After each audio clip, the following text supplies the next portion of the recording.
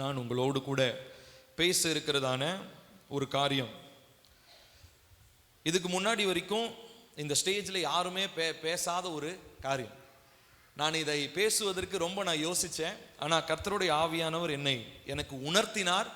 ஆகையினாலே நான் இதை மிகுந்த தாழ்மையுடனும் மிகுந்த ஜபத்துடனும் இந்த காரியத்தை உங்களோடு கூட நான் பகிர்ந்து கொள்ள போகிறேன். சிறு பிள்ளைகள் தயவு செஞ்சு சண்டே கிளாஸ்க்கு போங்க.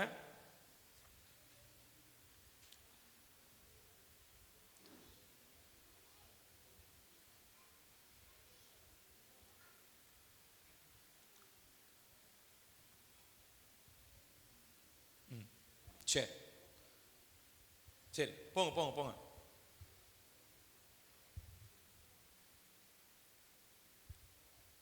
சரி, கர்த்தர் நல்லவர். ஓகே, கவனிப்போம். இந்த செய்தியை மிகுந்த தாழ்மையுடன் உங்களோடு கூட நான் பேச போகிறேன். சரி, எடுத்துக்கொள்வோம். மார்க்கு 12வது அதிகாரம் 41 44 வரை.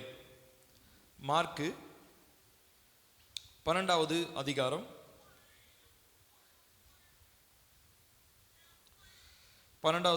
41 44 வரை. எடுத்துட்டீங்களா? மார்க்கு 12வது அதிகாரம் 41 44 வரை. சேர்ந்து வாசிப்போம். சேர்ந்து வாசிக்கலாம். எடுத்துட்டீங்களா? எல்லாரும் சேர்ந்து வாசிக்கலாம். இயேசு காணிக்கை பெட்டிக்கு எதிராக உட்கார்ந்து ஜனங்கள் காணிக்கை பெட்டியில் பணம் போடுகிறதை பார்த்து கொண்டிருந்தார். ஐஸ்வர்யவான்கள் அநேகர் அதிகமாய் போட்டார்கள். ஏழையான ஒரு விதவையும் வந்து ஒரு துட்டுக்கு சரியான 2 காசை போட்டாள். அப்பொழுது அவர் தம்முடைய சீஷரை அழைத்து, காணிக்கை பெட்டியில் பணம் போட்ட மற்ற எல்லாரை பார்க்கிலும் இந்த ஏழை விதவை அதிகமாய் போட்டாள் என்று மெய்யாகவே உங்களுக்கு சொல்லுகிறேன். அவர்கள் எல்லாரும் தங்கள் பரிபூரணத்திலிருந்து எடுத்து போட்டார்கள். இவளோ தன் வறுமையிலிருந்து தன் ஜீவனுக்காய் உண்டாயிருந்ததையெல்லாம் போட்டுவிட்டாள் என்றார். கண்களை மூடி நாம் ஜெபிப்போம். ஆவியானவரே, இந்த வசனங்கள் மூலமாய் கர்த்தர் எங்களோடு கூட பேசும். இந்த வார்த்தையை பேச சொல்லும்படியாக அடியேனுக்கு இந்த உணர்வை தந்த அதே தேவனுடைய ஆவியானவர் இந்த நேரத்தில், இந்த நிமிஷத்தில், இந்த நொடியில அடியேனுடைய மூளை பகுதியையும் சிந்தையையும் இருதயத்தையும் நாவையும் நீர் ஆளுகை செய்து நீர் பேசுவீராக. சபைக்கு இந்த காரியத்தின் மூலமாய், இந்த வசனங்களின் மூலமாய் தெளிவான உம்முடைய சத்தியத்தை அறிந்து கொள்ளும்படி திறந்த மனக்கண்களையும் எங்கள் இருதயத்தை நாங்கள் திறந்து கொடுக்கிறோம். எங்கள் கண்கள் செவிகள் எல்லாம் திறந்திருக்கட்டும். எல்லா விதமான சோர்வுகள் தூக்கங்கள் எல்லாம் வெளியேறட்டும். நாங்கள் கவனம் உள்ளவர்களாக இந்த வார்த்தையை கேட்டு கீழ்ப்படிய உங்க வார்த்தைக்கு நாங்கள் செவி சாய்க்க உதவி செய்யும். நீரே உயர்ந்துரும். இயேசுவின் நாமத்தில் கேட்கிறோம் நல்ல பிதாவே, ஆமென். இந்த மேடையிலே பேசப்படாத ஒரு பிரசங்கம் காணிக்கையை பற்றி. உங்க எல்லாருக்கும் தெரியும். காணிக்கை பாட்டு இருந்துச்சு, அதையும் நம்ம நிறுத்திட்டோம். ஸோ ஆகையினாலே உங்களுக்கு விருப்பம் இருந்தால் நீங்கள் காணிக்கை போடலாம். சரி, காணிக்கையை குறித்து சொல்லும் பொழுது நம்மளுடைய அப்பாவும் சரி நானும் சரி, நாங்கள் ஊழியத்துக்கு வந்த நாளிலே நாங்கள் தீர்மானம் பண்ணின ஒரு காரியம், காணிக்கையை குறித்து என்ன பண்ண போறதில்லை, பேச போறதே கிடையாது. இது வரைக்கும் நீங்க எல்லாருமே அதுக்கு சாட்சி. ஒரு நாளும் யாரும் காணிக்கையை பற்றி பேசினது இல்லை. இன்னைக்கும் காணிக்கை பற்றி நான் பேச போறது கிடையாது. ஆனால் இன்னைக்கு ஒரு முக்கியமான ஒரு காரியத்தை பற்றி நான் பேச போகிறேன். இன்னைக்கு நம்ம வாசிச்ச இந்த பகுதி, இது பொதுவாக காணிக்கை கொடுக்கணுன்றதுக்காக உற்சாகப்படுத்துவதற்காக எடுத்து வாசிக்கப்படுகிற வசன பகுதியாக இருக்கிறது. அது மாத்திரம் இல்லாமல் மல்கியால் இருக்கிறதான ஒரு தீர்க்க தரிசனத்தை எடுத்து காணிக்கைகள் தஸ்மபாகங்கள் கர்த்தருக்கு கொடுக்கணும்னு பேசுகிற ஊழியக்காரர்களை பார்த்துருக்கிறோம், சபைகளை பார்த்துருக்கிறோம். சரி, அது போகட்டும், நம்ம அதை பற்றி பேச போறது இல்லை. ஆனால் இன்னைக்கு பணம் என்கிறதான ஒரு முக்கியமான காரியத்தை குறித்து நாம் தியானிக்க போகிறோம். பணம் என்பது என்ன? பணம் எப்படி உருவாச்சு? அது ஆதி காலத்தில் பணம் ரூபா நோட்டா கிடையாது. எல்லாரும் கவனிக்கணும். ஏன்னா நம்ம எல்லாருக்குமே பண தேவை என்பது ஆமா தானே. எங்க ஆவிக்குரியவங்களா இருக்கிறேன்னு சொல்லிட்டு காசு இல்லாமல் இருக்க முடியுமா உங்களால? முடியாது. பணம் என்பது ரொம்ப ரொம்ப அவசியம். ஸோ பணம் இல்லாமல் நம்மளால செயல்பட முடியாது. ஸோ பணத்தை குறித்து கர்த்தர் என்ன சொல்றார்? பணத்தை நாம் எவ்விதமாக ஞானமாக செலவழிக்க வேண்டும், பணத்தினுடைய அந்த தன்மையை நாம் புரிந்து கொள்ளணும். இந்த நாளில் இந்த செய்திக்கு நான் தலைப்பாய் வைத்திருக்கிற ஒரு தலைப்பு, விக்டரி ஓவர் ஃபைனான்சியல் ஹேண்டிகேப். பண முடக்கத்திலிருந்து நாம் வெற்றி பெறுவது எப்படி?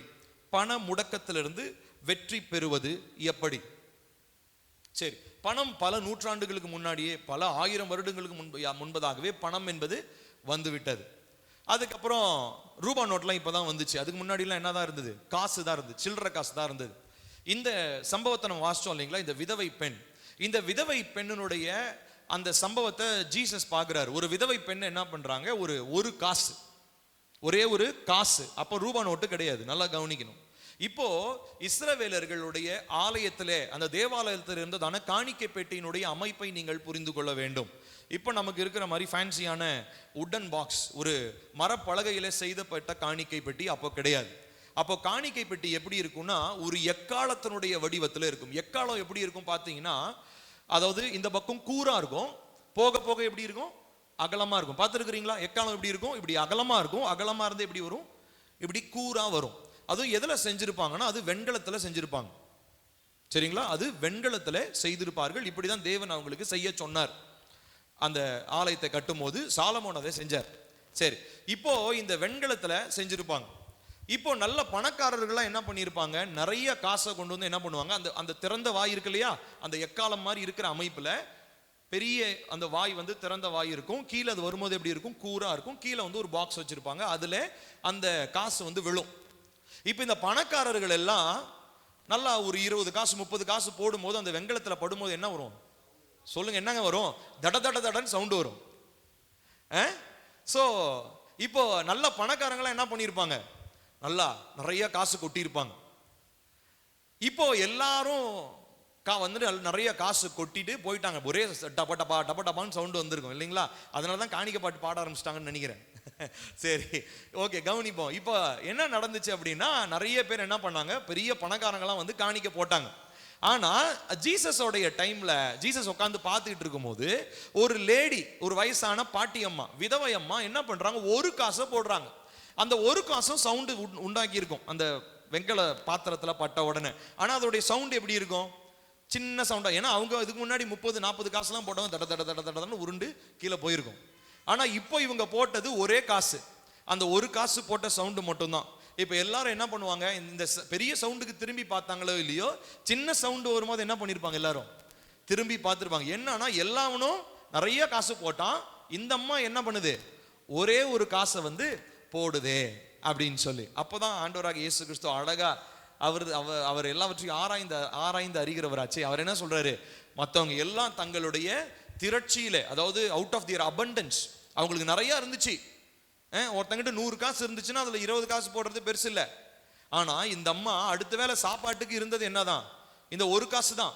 ஆனா அந்த ஒரு காசையும் என்ன பண்ணிடுச்சு, அந்த அம்மா காணிக்கை பெட்டியில போட்டுருச்சு அப்படின்னு சொல்லி ஆண்டவராக இயேசு கிறிஸ்து ரொம்ப மெச்சி கொள்றார். ஸோ இந்த இடத்துல சொன்னதுக்கு அப்புறம் எல்லாரும் ரொம்ப ஆச்சரியமா பார்க்குறாங்க. ஸோ இது எதற்காக அப்படின்னா, நமக்கு இருக்கிறதெல்லாம் காணிக்கை பெட்டியில போடணுன்றதுக்காக கிடையாது. நிறைய பேர் அது அவ்விதமாக திரித்து பேசுபவர்கள் உண்டு. ஆனா இங்க நாம் புரிந்து கொள்ள வேண்டிய காரியம், பணம் என்பது, பணத்தினுடைய முக்கியத்துவத்தை நாம் புரிந்து கொள்ள வேண்டும். வித்தவுட் மணி, காசு இல்லாம நம்ம எதுவுமே செய்ய முடியாது. நம்ம என்னதான் காசுக்கு நம்ம முக்கியத்துவம் கொடுக்கலனாலும் கண்டிப்பா நம்ம அன்றாட வாழ்க்கைக்கு நமக்கு என்ன தேவை, பணம் என்பது அவசியமாக இருக்கிறது. ஆனால் இந்த பணத்தை குறித்து இன்னைக்கு உலகத்துல பேசப்படுகிற காரியம் என்ன? பணத்தை குறித்து பேசணும் அப்படின்னா அதுக்கு நிறைய the economy report, financial reports, இப்படி நிறைய இருக்கும். பொருளாதார ரிப்போர்ட் அப்படின்லாம் நிறைய இருக்கும். ஸோ இதெல்லாமே நியூஸ் பேப்பரில் தனியாக அன்றைக்கி வந்து பார்த்தீங்கன்னா பங்கு சந்தை அது இதுன்னு எக்கச்சக்கம் வரும். இன்னைக்கு ஃபைனான்ஸில் நிறைய காரியங்கள் இருக்கிறது. பொருளாதார காரியங்களில் பணம், முதலீடு செய்வது, பணத்தை எடுப்பது, தங்கத்தை வாங்குறது, தங்கத்தை விற்கிறது, என்னென்னலாம் வந்துருச்சு இன்னைக்கு. இப்போ இன்னைக்கு அதெல்லாம் மாதிரி இன்னைக்கு பிட்காயின்ஸ் வரைக்கும் வந்துட்டோம். பிட்காயின் என்னதுங்க, நீங்களாம் கேள்விப்பட்டிருக்கீங்களான்னு தெரியல, தெரிஞ்சுக்கோங்க. கண்ணில் காசை கண்ணிலேயே பார்க்காம வாங்குறது, செலவு பண்ணுறது. இப்போ உங்க பேங்க்ல இருக்கிற காசை கூட நீங்க என்ன பண்ணலாம், போய் வித்ட்ரா பண்ணீங்கன்னா கையில உங்களுக்கு காசு தெரியும். ஆனா இந்த பிட்காயின்லாம் அது எந்த அரசாங்கத்தினாலையும் அங்கீகரிக்கப்பட்டதான்னு கூட எனக்கு தெரியல. ஆனா இன்னைக்கும் நிறைய பேர் அதுல இன்வெஸ்ட் பண்றாங்க, நிறைய பேர் அதுல முதலீடு செய்து கொண்டு இருக்கிறார்கள். சரி, போகட்டும். இப்போ நம்ம கையில இருக்கிறதான காசு, என்கிட்ட ஒருத்தர் வந்து கேட்டார், எங்க 2000 நோட்டு இருந்தா கொடுங்க அப்படின்னாரு. மாத்திரலாம், நம்ம அரசாங்கத்துல நான் சொன்னேன், எங்க வந்த புதுசுல பார்த்ததுங்க, அதுக்கப்புறம் என் கண்ணுலயே சிக்க மாட்டேன் 2000 ரூபா நோட்டு உங்ககிட்ட இருந்தா கொடுங்க, நான் வேணா ஒரு 2 நாள் வச்சுக்கிட்டு அப்புறம் வேணா பேங்க்ல போய் என்ன பண்றேன், ஆமா டெபாசிட். ஸோ இன்னைக்கு எல்லா காரியங்களும் மாறிக்கிட்டே இருக்குது. அடுத்து 500 ரூபா நோட்டு என்னைக்கு மாறப்போகுதுன்னு நமக்கு தெரியல. நம்ம நியூஸ் ரொம்ப அதுக்காகவே ரொம்ப ஜாக்கிரதையா பார்க்க வேண்டியதா இருக்கு. சரி, கவனிப்போம். இப்போ பணம் என்பது ரொம்ப ரொம்ப முக்கியமான ஒரு காரியம். தேவ பிள்ளைகளாகிய நமக்கு பணத்தை குறித்ததான ஒரு அறிவை பெற்றிருக்க வேண்டும் என்று சொல்லி தேவன் அதிகமாய் விரும்புகிறார். பணத்தை எப்படி சம்பாதிக்கணும், பணத்தை எப்படி சேமிச்சு வைக்கணும், பணத்தை எதற்காக செலவழிக்கணும்ன்ற அறிவு இல்லாத பட்சத்துல நிச்சயமா நம்ம போய் தேவையில்லாத ஒரு பிரச்சனையில மாட்டிக்குவோம், இல்ல தேவையில்லாத கடன் பிரச்சனையில போய் மாட்டிக்குவோம். இதெல்லாம் மாட்டிக்கிட்டு இந்த ஞானம் இந்த அறிவு இல்லாம நம்ம போய் மாட்டிக்கிட்டு ஆண்டவர் என்னை ஏழ்மையா வச்சிருக்கிறாரு, பிச்சைக்காரனாவே வச்சிருக்கிறாரு அப்படின்னு என்ன பண்ண முடியாதுங்க. பாவர்ட்டி காஸ்பல் பேசக்கூடாது. ப்ராஸ்பரிட்டி காஸ்பல் மாதிரி இன்னைக்கு பாவர்ட்டி காஸ்பல் இருக்கு, கேள்விப்பட்டிருக்கிறீங்களா? ப்ராஸ்பரிட்டி காஸ்பல்னா என்னது? செழிப்பு உபதேசம். பாவர்ட்டி காஸ்பல்னா பிச்சைக்கார உபதேசம். அப்படின்னு என்ன அர்த்தம்? பிச்சைக்காரனாவே இருக்கணும், கையில காசாவே இருக்கு. தரித்திர உபதேசம், கையில காசு இல்லாமையே இருக்கணும். ஏன்னா காசுனாலே தீமை, ஆமா காசுனாலே பாவம், பண ஆசை எல்லா தீமைக்கும் வேற இருக்கு. அந்த ஒரு வசனத்தை வச்சுட்டு எல்லாருமே அதுதான் சொல்லுவாங்க. அப்படி பணம் தீமை என்று சொல்லப்பட்டிருக்குமானால் ஏசப்பா பணத்தை பத்தி நிறைய இடத்துல பேசியிருக்கார். இன்ஃபேக்ட் அவருக்காகவே வரி கட்டும்படியாக கேட்கும் பொழுது பேதுருவின் இடத்துல என்ன சொன்னாரு? நான்லாம் வரி கட்ட முடியாது நான் சொன்னாரு. போப்பா போய் மீனை, இனிமே மீன் என்ன பண்ணு, பிடிக்கிற மீனுடைய வாயை திறந்து பாரு, அங்க என்ன இருக்கும் உள்ள? ஒரு காசு இருக்கும். அந்த காசை எடுத்து உனக்காகவும் எனக்காகவும் ரோமர்களிடத்துல போய் வரி கட்டுன்றார். ஸோ ஜீசஸுக்கும் மணி ஹேண்டலிங், பணத்தை கையாளுவது நல்லா தெரிஞ்சு வச்சிருந்தாரு. அதற்குரிய இடத்தை அவர் கொடுத்து வச்சிருந்தார். அதற்கு அதிக இடத்தை அவர் கொடுக்கல. நம்மளும் அதை கரெக்டா புரிஞ்சுக்கணும். சரி, இன்னைக்கு நம்ம பேச போறது பணத்தை குறித்ததான ஒரு தெளிவு. இல்ல இத கையாளுவது எப்படி இல்ல, ஏன்னா நம்ம எசகு புசகா கையாண்டு நம்ம என்ன பண்றோம் தெரியுங்களா? போய் பிரச்சனையில மாட்டிக்கிறோம், கடன் பிரச்சனையில மாட்டிக்கிறோம். பணத்தை எப்படி சம்பாதிக்கணும்னு தெரியல, அப்படியே நிறைய சம்பாதிச்சாலும் எப்படி சேர்த்து வைக்கணும்னு தெரியல, அப்படியே சேர்த்து வச்சாலும் எதற்காக அதை செலவு பண்ணணும்னு தெரியல. இந்த 3 காரியங்களிலுமே நமக்கு அறிவில்லாததுனாலே நம்ம ஒரு 90% 90% நம்ம எப்படி தெரியுமா இருக்கிறோம்? ஏதாவது ஒரு பண பிரச்சனையில போய் மாட்டிக்கிட்டு முழிச்சிட்டு இருக்கிறோம். இன்னைக்கு அதை பத்தி தான் உங்களோடு நான் பேச போகிறேன். சரி, இந்த அருமையான ஒரு தாயார் இவங்க என்ன பண்றாங்க? கர்த்தருக்காக தன்னுடைய ஒரு காசை அவர்கள் கொடுத்தார்கள். ஸோ காசுன்றது அவங்களுடைய அடுத்த வேளை உணவுக்காக அவங்க வைத்திருந்த ஒரு காரியம். ஏசப்பா அப்படிதான் சொல்றாரு. அவங்களுக்கு இருக்கிறதான எல்லாவற்றையும் என்ன பண்ணிட்டாங்க? அந்த அம்மா கொடுத்துட்டாங்க. அப்ப அடுத்த வேளை என்ன பண்ணுவாங்க அப்படின்னும் போதுதான் அங்க நமக்கு ஒரு கேள்விக்குறி வருகிறது. ஸோ பணம்னு வரும்பொழுது ஃபர்ஸ்ட் ஆஃப் ஆல் ஏசப்பா நமக்கு கற்றுக் கொடுக்கிற காரியம், பணம் சம்பாதிப்பது, பணம் நம்ம கைக்கு பணம் வருது அப்படின்னா அது தேவன் நினைத்தால் ஒழிய நம்முடைய கரங்களுக்குள்ளாக பணம் வருவது இல்லை. நல்லா புரிஞ்சுக்கணும். ஒரு பணம் உங்க கைக்கு வருது, அது நீங்க சம்பாதிச்ச பணமாவே கூட இருக்கலாம், நீங்க உழைச்சி night shift day shift over டைம்லாம் பார்த்த பணமாவே கூட இருக்கலாம். ஆனா உங்க கைக்கு வருதுன்னா அது யாருடைய கிருபை? தேவனுடைய சுத்த கிருபையாக இருக்கிறது. முதலாவது அதை நீங்க புரிஞ்சுக்கணும். சோ இங்க ஏசப்பா சொல்ல வந்த ஒரு காரியம் என்ன அப்படின்னா, பணம் தேவ கிருபை இல்லாம பணம் உனக்கு கையில வராது. அப்படியே கையில வந்தாலும் அது செலவழிஞ்சாலும் தேவ கிருபை உன்னோடு இருக்கும் பொழுது அடுத்த வேலைக்கு பணம் இல்லைன்னா கூட God is going to provide for you. கர்த்தர் உன்னுடைய தேவைகளை என்ன பண்ண போறாரு? சந்திக்க போறார். இந்த அருமையான தாயாரை வச்சு அதுதான் எக்ஸ்பிளைன் பண்ணார். ஆனா இன்னைக்கு நான் அதை வச்சு உங்களோடு கூட 7 காரியங்களை உங்களோடு நான் பகிர்ந்து கொள்ள போகிறேன். அதற்காக நாம் ஜெபிக்க போகிறோம். பணத்தை ஞானமா நம்ம கையாளணும், பணத்தை ஞானமா நம்ம சேமிக்கணும், பணத்தை ஞானமா நம்ம செலவழிக்கணுன்றத குறித்து உங்களோடு கூட ஒரு சில ப்ரேயர் பாயிண்ட்ஸ் நான் சொல்ல போறேன். அதை தயவு செஞ்சு நான் அதை டைப் பண்ணல, ஸோ அதனால மேபி டைம் இருந்தால் நான் உங்களுக்கு ஃபியூச்சரில் நான் டைப் பண்ணி அனுப்பிச்சு விடுறேன். பட் அந்த ஜெப விண்ணப்பங்களை நீங்கள் அப்படியே ஞாபகப்படுத்தி வைத்துக் கொள்ளுங்கள். இந்த வீடியோவும் யூடியூப்ல இருக்கும், அதை போட்டு நீங்கள் அந்த ஃபைனான்ஸ் உங்களுடைய ஃபைனான்ஸ்க்காக நீங்கள் ஜெபிக்கலாம். சரி, ஏன்னா இன்னைக்கு சுற்றி சுற்றி அநேக கிறிஸ்தவர்கள் சொல்லுகிறதான ஒரு காரியம், என்னுடைய பண நெருக்கடிக்காக தயவு செஞ்சு ஜெபம் பண்ணுங்க பாஸ்டர், பணம் ரொம்ப கஷ்டமா இருக்குது, வர வேண்டிய பணம் வர வேண்டிய இடத்துல இருந்து எனக்கு வரல, இல்ல பணம் நான் மற்றவங்களுக்கு கொடுக்கணும், எனக்கு சம்பாத்தியம் இன்னும் வரல, நான் ஓவர் டைம் பார்த்தேன், எனக்கு இன்னும் என்னுடைய முதலாளி எனக்கு காசு ஒழுங்கா கொடுக்கல, எனக்கு இந்த மாசத்துல வர வேண்டிய போனஸ் வரல, எனக்கு வர வேண்டிய பதவி உயர்வு எனக்கு வரல. இப்படி நிறைய பேர் என்னிடத்துல ஃபோன் பண்ணி சொல்லுகிறத நான் கேட்குறேன். அப்போ இது எல்லாவற்றுக்கும் காரணம் என்ன அப்படின்னா, எப்படி ஆவிக்குரிய ரீதியிலே ஆவி மண்டலத்தில் நடக்கிற காரியங்களை அறியாமையினாலே நம்முடைய ஜனங்கள், நீங்களும் நானும் சங்காரமாகி கொண்டிருக்கிறோம் தேவனுடைய வார்த்தை சொல்லுதோ, அதே போல பணம் அப்படின்றதனுடைய முக்கியத்துவத்தை தேவ பிள்ளைகளாகிய நம்மளுடைய வாழ்க்கையில பணத்திற்கு ஒரு இடம் இருக்குது. அந்த இடத்துல அது இருந்துச்சுன்னா பணம் ஒரு பிரச்சனையாவே இருக்காது.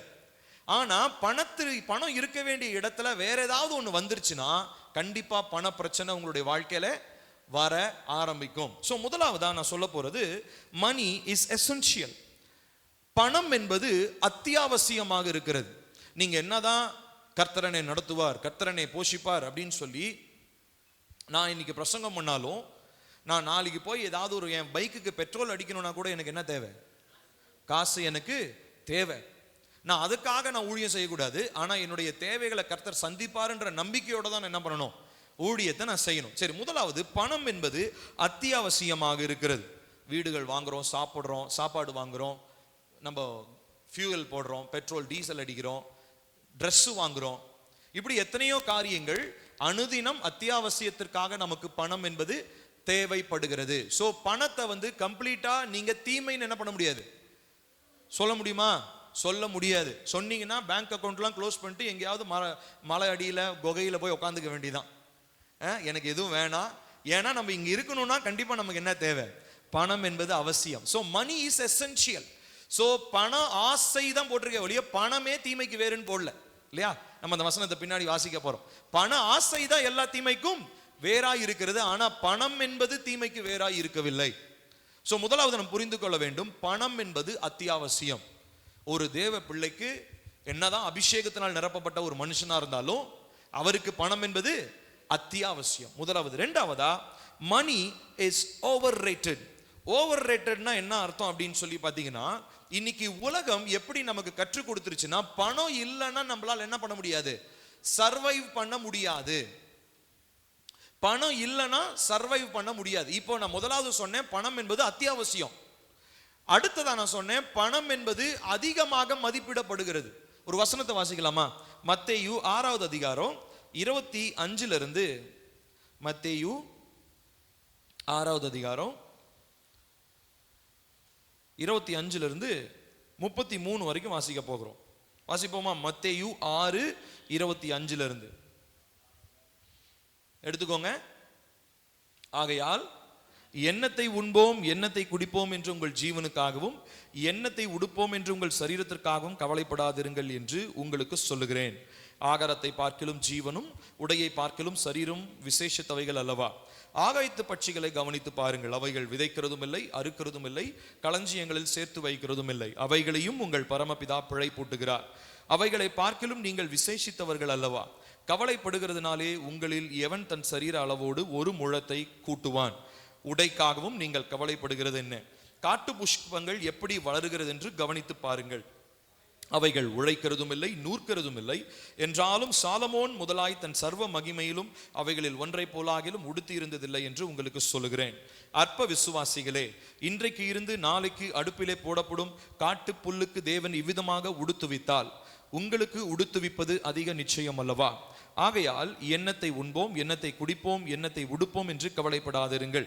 இவைகளையெல்லாம் அஞ்ஞானிகள் நாடி தேடுகிறார்கள். இவைகளையெல்லாம் உங்களுக்கு வேண்டியவைகள் என்று உங்கள் பரமபிதா அறிந்திருக்கிறார். முதலாவது தேவனுடைய ராஜ்யத்தையும் அவருடைய நீதியையும் தேடுங்கள், அப்பொழுது இவைகளெல்லாம் உங்களுக்கு கூட கொடுக்கப்படும். இந்த வசன பகுதியை நம்ம பல முறை நம்ம வாசிச்சிருக்கிறோம். தேவனுடைய ராஜ்யத்தை தேடணுன்றதுக்காக இந்த வசனத்தை நம்ம வாசிச்சு நம்ம கற்றுக்கொண்டு வந்திருப்போம். ஆனா இந்த நாளில் நம்ம பார்க்க வேண்டிய காரியம் அத்தியாவசியமான காரியம்னு ஆண்டவர் 3 காரியத்தை சொன்னார். எது? உண்ண உணவு, உடுக்க உடை, இருக்கிறதான இருப்பிடம். இது எல்லாவற்றையுமே என்ன பண்றாரு? பரமபிதா உங்களுக்கு வேணும்னு சொல்லி தேவனுக்கு என்ன பண்ணுவான்? தேவனுக்கு நல்லாவே தெரியும். தேவன் எல்லாவற்றையும் அறிந்தவர். உங்களுக்கு இது தேவைன்னு சொல்லி தெரியும். அப்போ கர்த்தர் நம்மளுடைய வாழ்க்கையில நல்லா கவனிக்கணும். கர்த்தர் நம்முடைய வாழ்க்கையில இந்த பணம் என்கிறதான காரியத்தை, இந்த ஆசீர்வாதத்தை அவருடைய கிருபையினாலே சம்பாதிப்பதற்கு அவர் நமக்கு கொடுக்கும் பொழுது நம்ம செய்ய வேண்டிய விஷயம் என்ன அப்படின்னா, கர்த்தர் எதை முதன்மைப்படுத்த சொல்லுகிறாரோ அந்த பணத்திலே இந்த 3 காரியங்களை முதன்மைப்படுத்துவது தான் ஞானம் உள்ள தேவ பிள்ளையினுடைய அழகு.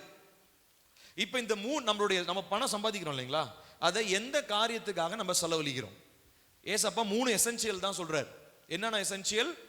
உண்ண உணவு, உடுக்க உடை, இருக்க இருப்பிடம். இந்த காரியங்களை மாத்திரம் தான் ஆண்டவர் சொல்றாரு. சோ இதை தாண்டி ஒரு மனிதன் வேறொரு காரியத்திற்காக தன்னுடைய பணத்தை செலவழிக்கும் போது அது நம்ம எந்த கேட்டகரியில போயிடுறோம் தெரியுமா? ஞானிகள் லிஸ்ட் இல்ல, அஞ்ஞானிகள் கேட்டகரியில போயிடுறோம். இவையெல்லாம் அஞ்ஞானிகள் என்ன பண்றாங்க? நாடி தேடுகிறார்கள். காரணம், அவங்களுக்கு தேவை என்பதற்காக கர்த்தர் கொடுக்கிற அந்த காரியத்தோடு அவர்கள் தங்களுடைய சம்பாத்தியத்தை, தங்களுடைய பணத்தை நிறுத்தி கொள்வதில்லை. அவர்கள் அதை காட்டிலும் தங்களுடைய ஆடம்பரத்திற்காக, தங்களுடைய சுகபோகத்திற்காக, தங்களுடைய தாங்கள் நினைத்த வாழ்க்கையை வாழ்வதற்காக தங்களுடைய பணத்தை என்ன பண்றாங்க? அவங்க சம்பாதிக்கிறாங்க, சேர்த்து வைக்கிறாங்க, அது என்னமோ முதலீடு பண்றாங்க, என்னமோ பண்ணிட்டு போட்டும். இப்ப நல்லா கவனிக்கணும். இப்ப ரெண்டாவதா நாம் புரிந்து கொள்ள வேண்டிய காரியம், மணி இஸ் ஓவர் ரேட்டட்.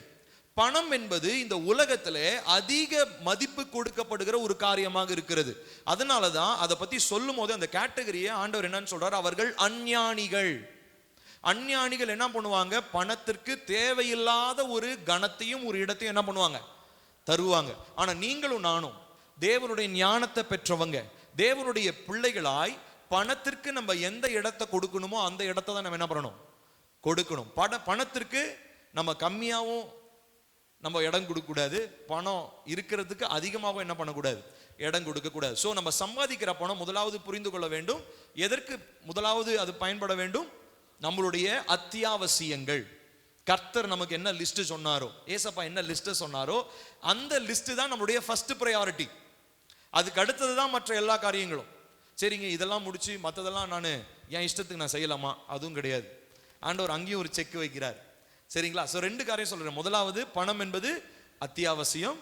இன்னொன்னு, பணம் என்பது அதிக மதிப்பு கொடுக்கப்படுகிறது. ஆனால் அப்படி அல்ல, ஆண்டவராகிய இயேசு கிறிஸ்து அதற்கு ஒரு இடத்தை வைத்திருக்கிறார் என்றதை நம்ம புரிந்து கொள்ள வேண்டும். மூன்றாவதா, பணம் என்பது நன்மை செய்வதற்காக பயன்படுத்தப்படுகிற ஒரு காரியம். இப்ப பணத்தினாலே நீங்க என்ன பண்ண முடியும்னா, ஏழைகளுக்கு சோறு போட முடியுமா? முடியுமா? முடியும். ஆடை இல்லாம கிழிஞ்சு போனவங்களுக்கு ட்ரெஸ் வாங்கி தர முடியுமா? அவருடைய நிர்வாணத்தை மறைக்க முடியுமா? முடியும். வீடு இல்லாதவர்களுக்கு வீடு கட்டி தர முடியுமா? முடியும். ஏப்பா இதெல்லாம் நம்ம அரசாங்கம் தான்ப்பா செஞ்சுக்கிட்டு இருக்கு அப்படிலாம் நீங்க சொல்லாதீங்க. அவங்க ஒரு பக்கம் செய்யட்டும். இப்போ கர்த்தர் என்ன சொல்றாருன்னா, இந்த பணத்தை உங்க கையில கொடுக்கும் போது நீங்க உங்களுக்காக மாத்திரம் இல்ல, உங்களை சுற்றி இருக்கிறதான காரியங்களிலும் உங்க பணத்தினுடைய இன்ஃப்ளூயன்ஸ் இருக்கணும்னு தேவன் எதிர்பார்க்கிறார். அப்படின்னா என்ன அர்த்தம்? நீங்க உங்க தேவைக்காக மாத்திரம் உங்களுடைய பணத்தை நீங்க என்ன பண்ணக்கூடாதான்? செலவழிக்க கூடாது. உங்களை சுற்றி இருக்கிற நபர்கள், உங்களை சுற்றி இருக்கிற சமுதாயம், உங்களை சுற்றி இருக்கிறதான மக்கள், உங்களை சார்ந்து இருக்கிறதான மக்கள், இவர்களுக்கு உங்களால முடிந்த காரியத்தை நம்ம என்ன பண்ணணும்? கண்டிப்பா நம்ம செய்யணும். கர்த்தர் அதுக்கு தான் கொடுத்துருக்கிறார். இப்போ எனக்கு ஒரு மாசத்துக்கு ஒரு எக்ஸாம்பிள் சொல்றேன். ஒரு மாசத்துக்கு எனக்கு ஒரு 1000 ரூபா போதும் அப்படின்னா, எக்ஸாம்பிள் சொல்றேங்க, 1000 ரூபா எனக்கு பத்தாது, 1000 ரூபா போதும் ஒரு மாசத்துக்கு எனக்கு அப்படின்னா, இப்போ நான் அந்த 1000 ரூபாயில நான் திட்டமிட வேண்டியது அவசியம். பணத்தை பொறுத்த வரைக்கும் பிளானிங் இல்லாததுனால தான் இன்னைக்கு எல்லாரும் என்ன போய் மாட்டிடுறோம் தெரியுமா? பிரச்சனையில போய் நம்ம மாட்டிக்கிறோம். சரி, நம்ம என்ன சொல்லுவோம்? எங்க என்ன பணம் வருதுன்னே தெரியாது, அப்படி எப்படி நான் பிளான் பண்றது? அதுக்காக தான் பிளானிங் ப்ராசஸ் எல்லாமே யார் கரத்துல கொடுத்துடணும்? கர்த்தருடைய கரத்துல நம்ம கொடுத்துடணும். ஸோ ஒவ்வொரு நாளும் நீங்க மாச சம்பாத்தியத்துக்கு இருந்தாலும் சரி, நீங்க வார சம்பாத்தியத்துக்கு இருந்தாலும் சரி, நீங்க ஒவ்வொரு நாளும் பணம் உங்க கையில வரும் பொழுது நீங்க எப்படி தெரியுமா ஜெபம் பண்ணணும்? கர்த்தாவே, என்னுடைய இந்த பணம், நீங்க கொடுத்த இந்த பணம் என்னுடைய பணம், இது உங்க பணம், இது எனக்கு போதுமானதாகவும் மிச்சமானதாகவும் இருக்கணும். நீங்க விரும்பின விதத்துல நான் இந்த பணத்தை என்ன பண்ணணும்? செலவு நான் செய்யணும். தேவையில்லாத செலவுகள் என்னுடைய வாழ்க்கையில இந்த பணத்தினாலே வரக்கூடாது. அந்த பிரேயர் பாயிண்ட்ஸ் கடைசியாக நான் சொல்றேன் உங்களுக்கு. ஸோ நீங்க ஒவ்வொரு நாளும் சம்பளம் வாங்குறவங்களாலும் சரி, வார சம்பளம் வாங்குறமா இருந்தாலும் சரி, மாச சம்பளம் வாங்குறவங்களா இருந்தாலும் சரி, உங்க பேங்க் அக்கௌண்ட்ல கிரெடிட் ஆனாலும் சரி, உங்க கையில நீங்க காசா வாங்கினாலும் சரி, வந்த உடனே ஜெபிக்க வேண்டியது ஒரு விசுவாசியினுடைய ஒரு அழகு. பணம் அது யாரா வேணா இருக்கலாம். இப்போ எனக்கு ஜெபிக்கும் போது ஒரு சிலர் ஊழியக்காரனாக எனக்கு காணிக்கை கொடுப்பாங்க. அந்த காணிக்கையை வாங்கும் போது நான் காணிக்கை கொடுக்கிறவங்களை ஆசீர்வதிக்கிறது மாத்திரம் இல்லை, அந்த காணிக்கை எனக்கு எவ்வளவு பிரயோஜனமா இருக்க வேண்டும் என்பதை நான் என்ன பண்ணணும்? நான் ஜெபிக்கணும். காணிக்க தானே, கர்த்தர் காசு தானே, நான் எப்படி வேணா செலவழிக்கலாம்னு என்ன பண்ண முடியாது, செலவழிக்க முடியாது. ஸோ அப்போ நான் புரிந்து கொள்ள வேண்டிய ஒரு காரியம், நாம் நன்மை செய்வதற்காக தேவர் என்ன பண்றார், நமக்கு பணத்தை தரார். ஸோ நம்ம இஷ்டத்துக்கு என் குடும்பம் நான் அப்படின்னு சுயநலமா இருக்கிறதுக்காக கர்த்தர் ஒரு நாளும் பணத்தை தருவது இல்லை. நல்லா கவனிக்கணும். உங்களால ஒரு 10 ரூபா கொடுக்க முடியுமா, பரவாயில்ல, நான் என்னப்பா நான் ரொம்ப கம்மியாக தான்ப்பா சம்பாதிக்கிறேன், நான் மாசமே 2000 ரூபா தான் சம்பாதிக்கிறேன், பரவாயில்ல 2000 ரூபாய் 20 ரூபா கொடுங்க. முடியாதவங்களுக்கு 20 ரூபா உங்களால எவ்வளவு முடியுமோ. ஆனா கண்டிப்பா கர்த்தர் நமக்கு பணம் கொடுக்கறது எதுக்காக தெரியுமா, இல்லாதவர்களுக்கு நம்ம கண்டிப்பா கொடுக்கணும். ஸோ மூணாவது, money can be used for greater good. நன்மையான காரியங்கள் செய்வதற்கு பணம் பயன்படுத்தப்படுகிறது. அப்படியே ஆப்போசிட்டும் நான் சொல்ல போறேன். நான்காவதா, money can be used for greater evil. தீமையான காரியங்கள் செய்வதற்கும் இன்னைக்கு என்ன தேவைப்படுது, ஆமாதானே? எங்க இப்போ ஒரு விஷயம் தப்பான விஷயம் செய்யணும்னா நீங்க பணம் இல்லாம செய்ய முடியுமா? ஒருத்தர் ஒரு குறிப்பிட்ட லேண்ட் இருக்குதுங்க, வேற ஒருத்தர் பேர்ல இருக்குது, ஆனா உங்க பேருக்கு நீங்க பட்டா போட்டு வாங்க முடியும். அந்த மாதிரி நடந்திருக்கு, பார்த்துருக்கீங்களா? வேற ஒருத்தர் பேர்ல பட்டா இருக்கும், ஆனா இவர் என்ன பண்ணுவாரு, எங்கேயோ காசு யாரு எங்கெங்கெல்லாம் கவனிக்க வேண்டியமோ அந்த இடத்துல கவனிச்சு பணம் அதிகமா கொடுத்து வேற ஒருத்தருக்கு சேர வேண்டிய பொருளையோ சொத்தையோ காரியத்தையோ என்ன பண்ணுவார், தனக்கு சொந்தமாக்கி கொள்வார். இது தீமையா நல்லதா? தீமை. சோ அப்போ பாவம் செய்யறதுக்கும் அதிகமான தீமை செயல்படுவதற்கும் பணம் என்பது என்ன பண்ணப்படுதுங்க, பயன்படுத்தப்படுகிறது. இந்த நாட்களிலே ட்ரக்ஸ், போதைப் பொருட்கள். இப்போ முந்தா நேற்று நியூஸ் வந்தது, இங்க ஆட்டையம்பட்டின்னு நினைக்கிறேன், ஆட்டையம்பட்டியில் நீங்க கேட்டீங்களான்னு தெரியல, ஆட்டையம்பட்டி போலீஸ் ஸ்டேஷன்ல அந்த ஊர் தலைவர், அவங்க கவுன்சிலர் நினைக்கிறேன், அவர் போய் அவங்க இதில் போயிட்டு கஞ்சா விற்கிறாங்கன்னு சொல்லிட்டு அந்த ஊர் கவுன்சிலரே போய் கேஸ் கொடுத்துருக்கிறார். கேஸ் கொடுத்து உள்ள கேஸ் கொடுத்துட்டு இருக்கும் போது கஞ்சா விற்கிறவங்க 10 பேர் போலீஸ் ஸ்டேஷனுக்குள்ளேயே வந்து கவுன்சிலர் அவங்க ஃபேமிலி எல்லாரும் போய் அடிச்சு செம்ம அடி போலீஸ் ஸ்டேஷனுக்குள்ளேயே. எப்படி அந்த தைரியம் வருது இங்க ஆட்டையம்பட்டியில நம்ம ஊர்ல? எப்படி அந்த தைரியம் வந்துச்சு, எப்படி அந்த துணிகரம் வந்துச்சு?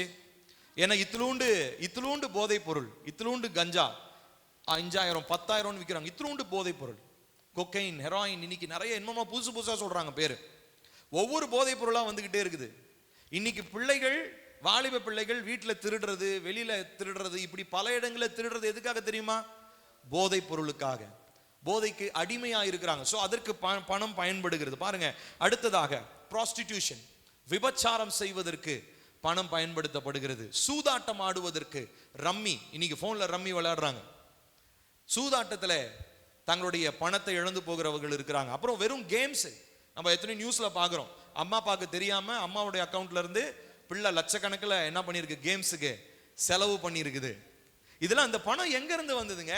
பாவம் அவங்க அம்மா அப்பா கஷ்டப்பட்டு வச்சிருப்பாங்க, அந்த பிள்ளை என்ன பண்ண, ஒரு நொடியில ஒரு நொடியின் இன்பத்திற்காக அந்த பிள்ளை அதை செலவு பண்றதை நம்ம பார்க்கிறோம். சோ நம்ம நான்காவதா பார்க்கிற காரியம், அதே பணம், எந்த பணம் நன்மை செய்யணும்னு கர்த்தர் நமக்கு கொடுத்தாரோ அதே பணத்தினாலே தீமையான காரியங்கள் நிறைவேறுகிறதை நாம் வாசிக்கிறோம். வாசிப்போம் ஒரு வசனம், 1 தீமோத்தேயு 6வது அதிகாரம் 10வது வசனம். 1 தீமோத்தேயு 6வது அதிகாரம் 10வது வசனம். இந்த வசனம் தான் நம்ம எல்லாருமே பணத்தை பத்தி பணத்துக்கு ரெஃபரன்ஸா எடுத்துட்டு பணத்தை பத்தியே பேசுறது இல்லை. பணத்தை பத்தி பேசாததுனால நம்ம இன்னைக்கு எல்லாரும் போய் பயங்கரமான பிரச்சனையில, கடன் பிரச்சனையில மாட்டிக்கிட்டு இருக்கோம். ஆனா இனிமேட்டு இந்த பிரசங்கத்தை கேட்கறங்க நீ யாரும் இனிமே என்ன பண்ணக்கூடாதுங்க, கடன் பிரச்சனையில இருக்கக்கூடாது. அதுல டெலிவரன்ஸ்க்காக தான் இன்னைக்கு நான் உங்ககிட்ட பேச போறேன். அதுக்காக ஃபைனலா நம்ம அதற்காக ஜெபிக்க போகிறோம். சரியா? வாசிக்கலாம் அந்த வசனத்தை. பண ஆசை எல்லா தீமைக்கும் வேறாய் இருக்கிறது, சிலர் அதை இச்சித்து விசுவாசத்தை விட்டு வழுவி அநேக வேதனைகளிலாலே தங்களை உருவ குத்தி கொண்டிருக்கிறார்கள். திரும்ப வாசிப்போம், நிறுத்தி நிதானமா. பைபிள் எடுத்தவங்க எல்லாரும் சத்தமா வாசிக்கலாமா? பண ஆசை எல்லா தீமைக்கும் வேறாய் இருக்கிறது, சிலர் அதை இச்சித்து விசுவாசத்தை விட்டு வழுவி அநேக வேதனைகளிலாலே தங்களை உருவ குத்தி கொண்டிருக்கிறார்கள். 1 தீமோத்தேயு 6:10. இங்க பவுல் என்ன சொல்றாருங்க?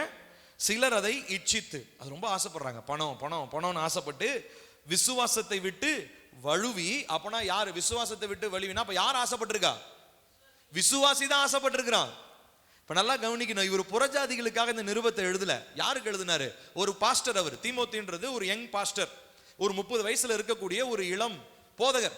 அந்த போதகருக்கு அறிவுரையா ஒரு தகப்பன் ஸ்தானத்துல வயசான பவுல் எழுதுறார். அவர் என்ன சொல்றாரு, விசுவாசிகள் தான், விசுவாசிகளே பணத்துக்கு ஆசைப்பட்டு அவங்க என்ன பண்றாங்க, விசுவாசத்தை விட்டு வழுவி அநேக வேதனைகளினாலே தங்களை இப்போ பணம் கடன் பிரச்சனைன்றது இப்ப பால் எப்படி தெரியுமா சொல்றாரு, அதெல்லாம் உங்க வயிற்றுல குத்தப்பட்ட கத்தி மாதிரி. ஒரு சிலர் அப்படியே இப்ப கத்தியால குத்தி குத்தி பழகிடுச்சு. ஒரு சிலர் கடன் இல்லைன்னா தூக்கம் வராது, கை அப்படியே அரிச்சுக்கிட்டே இருக்கும், யார்ட்டையாவது போய் கடன் வாங்கணுமே, கடனே இல்லாம இருக்கிறோம் அப்படின்னு. பாருங்க, இது பவுல் என்ன சொல்றாரு, இது ஸ்பிரிச்சுவலா என்ன ஆயிருக்கு தெரியுமா, உங்களை ஒருத்தன் கத்தியை வச்சு குத்தி இருக்கான்.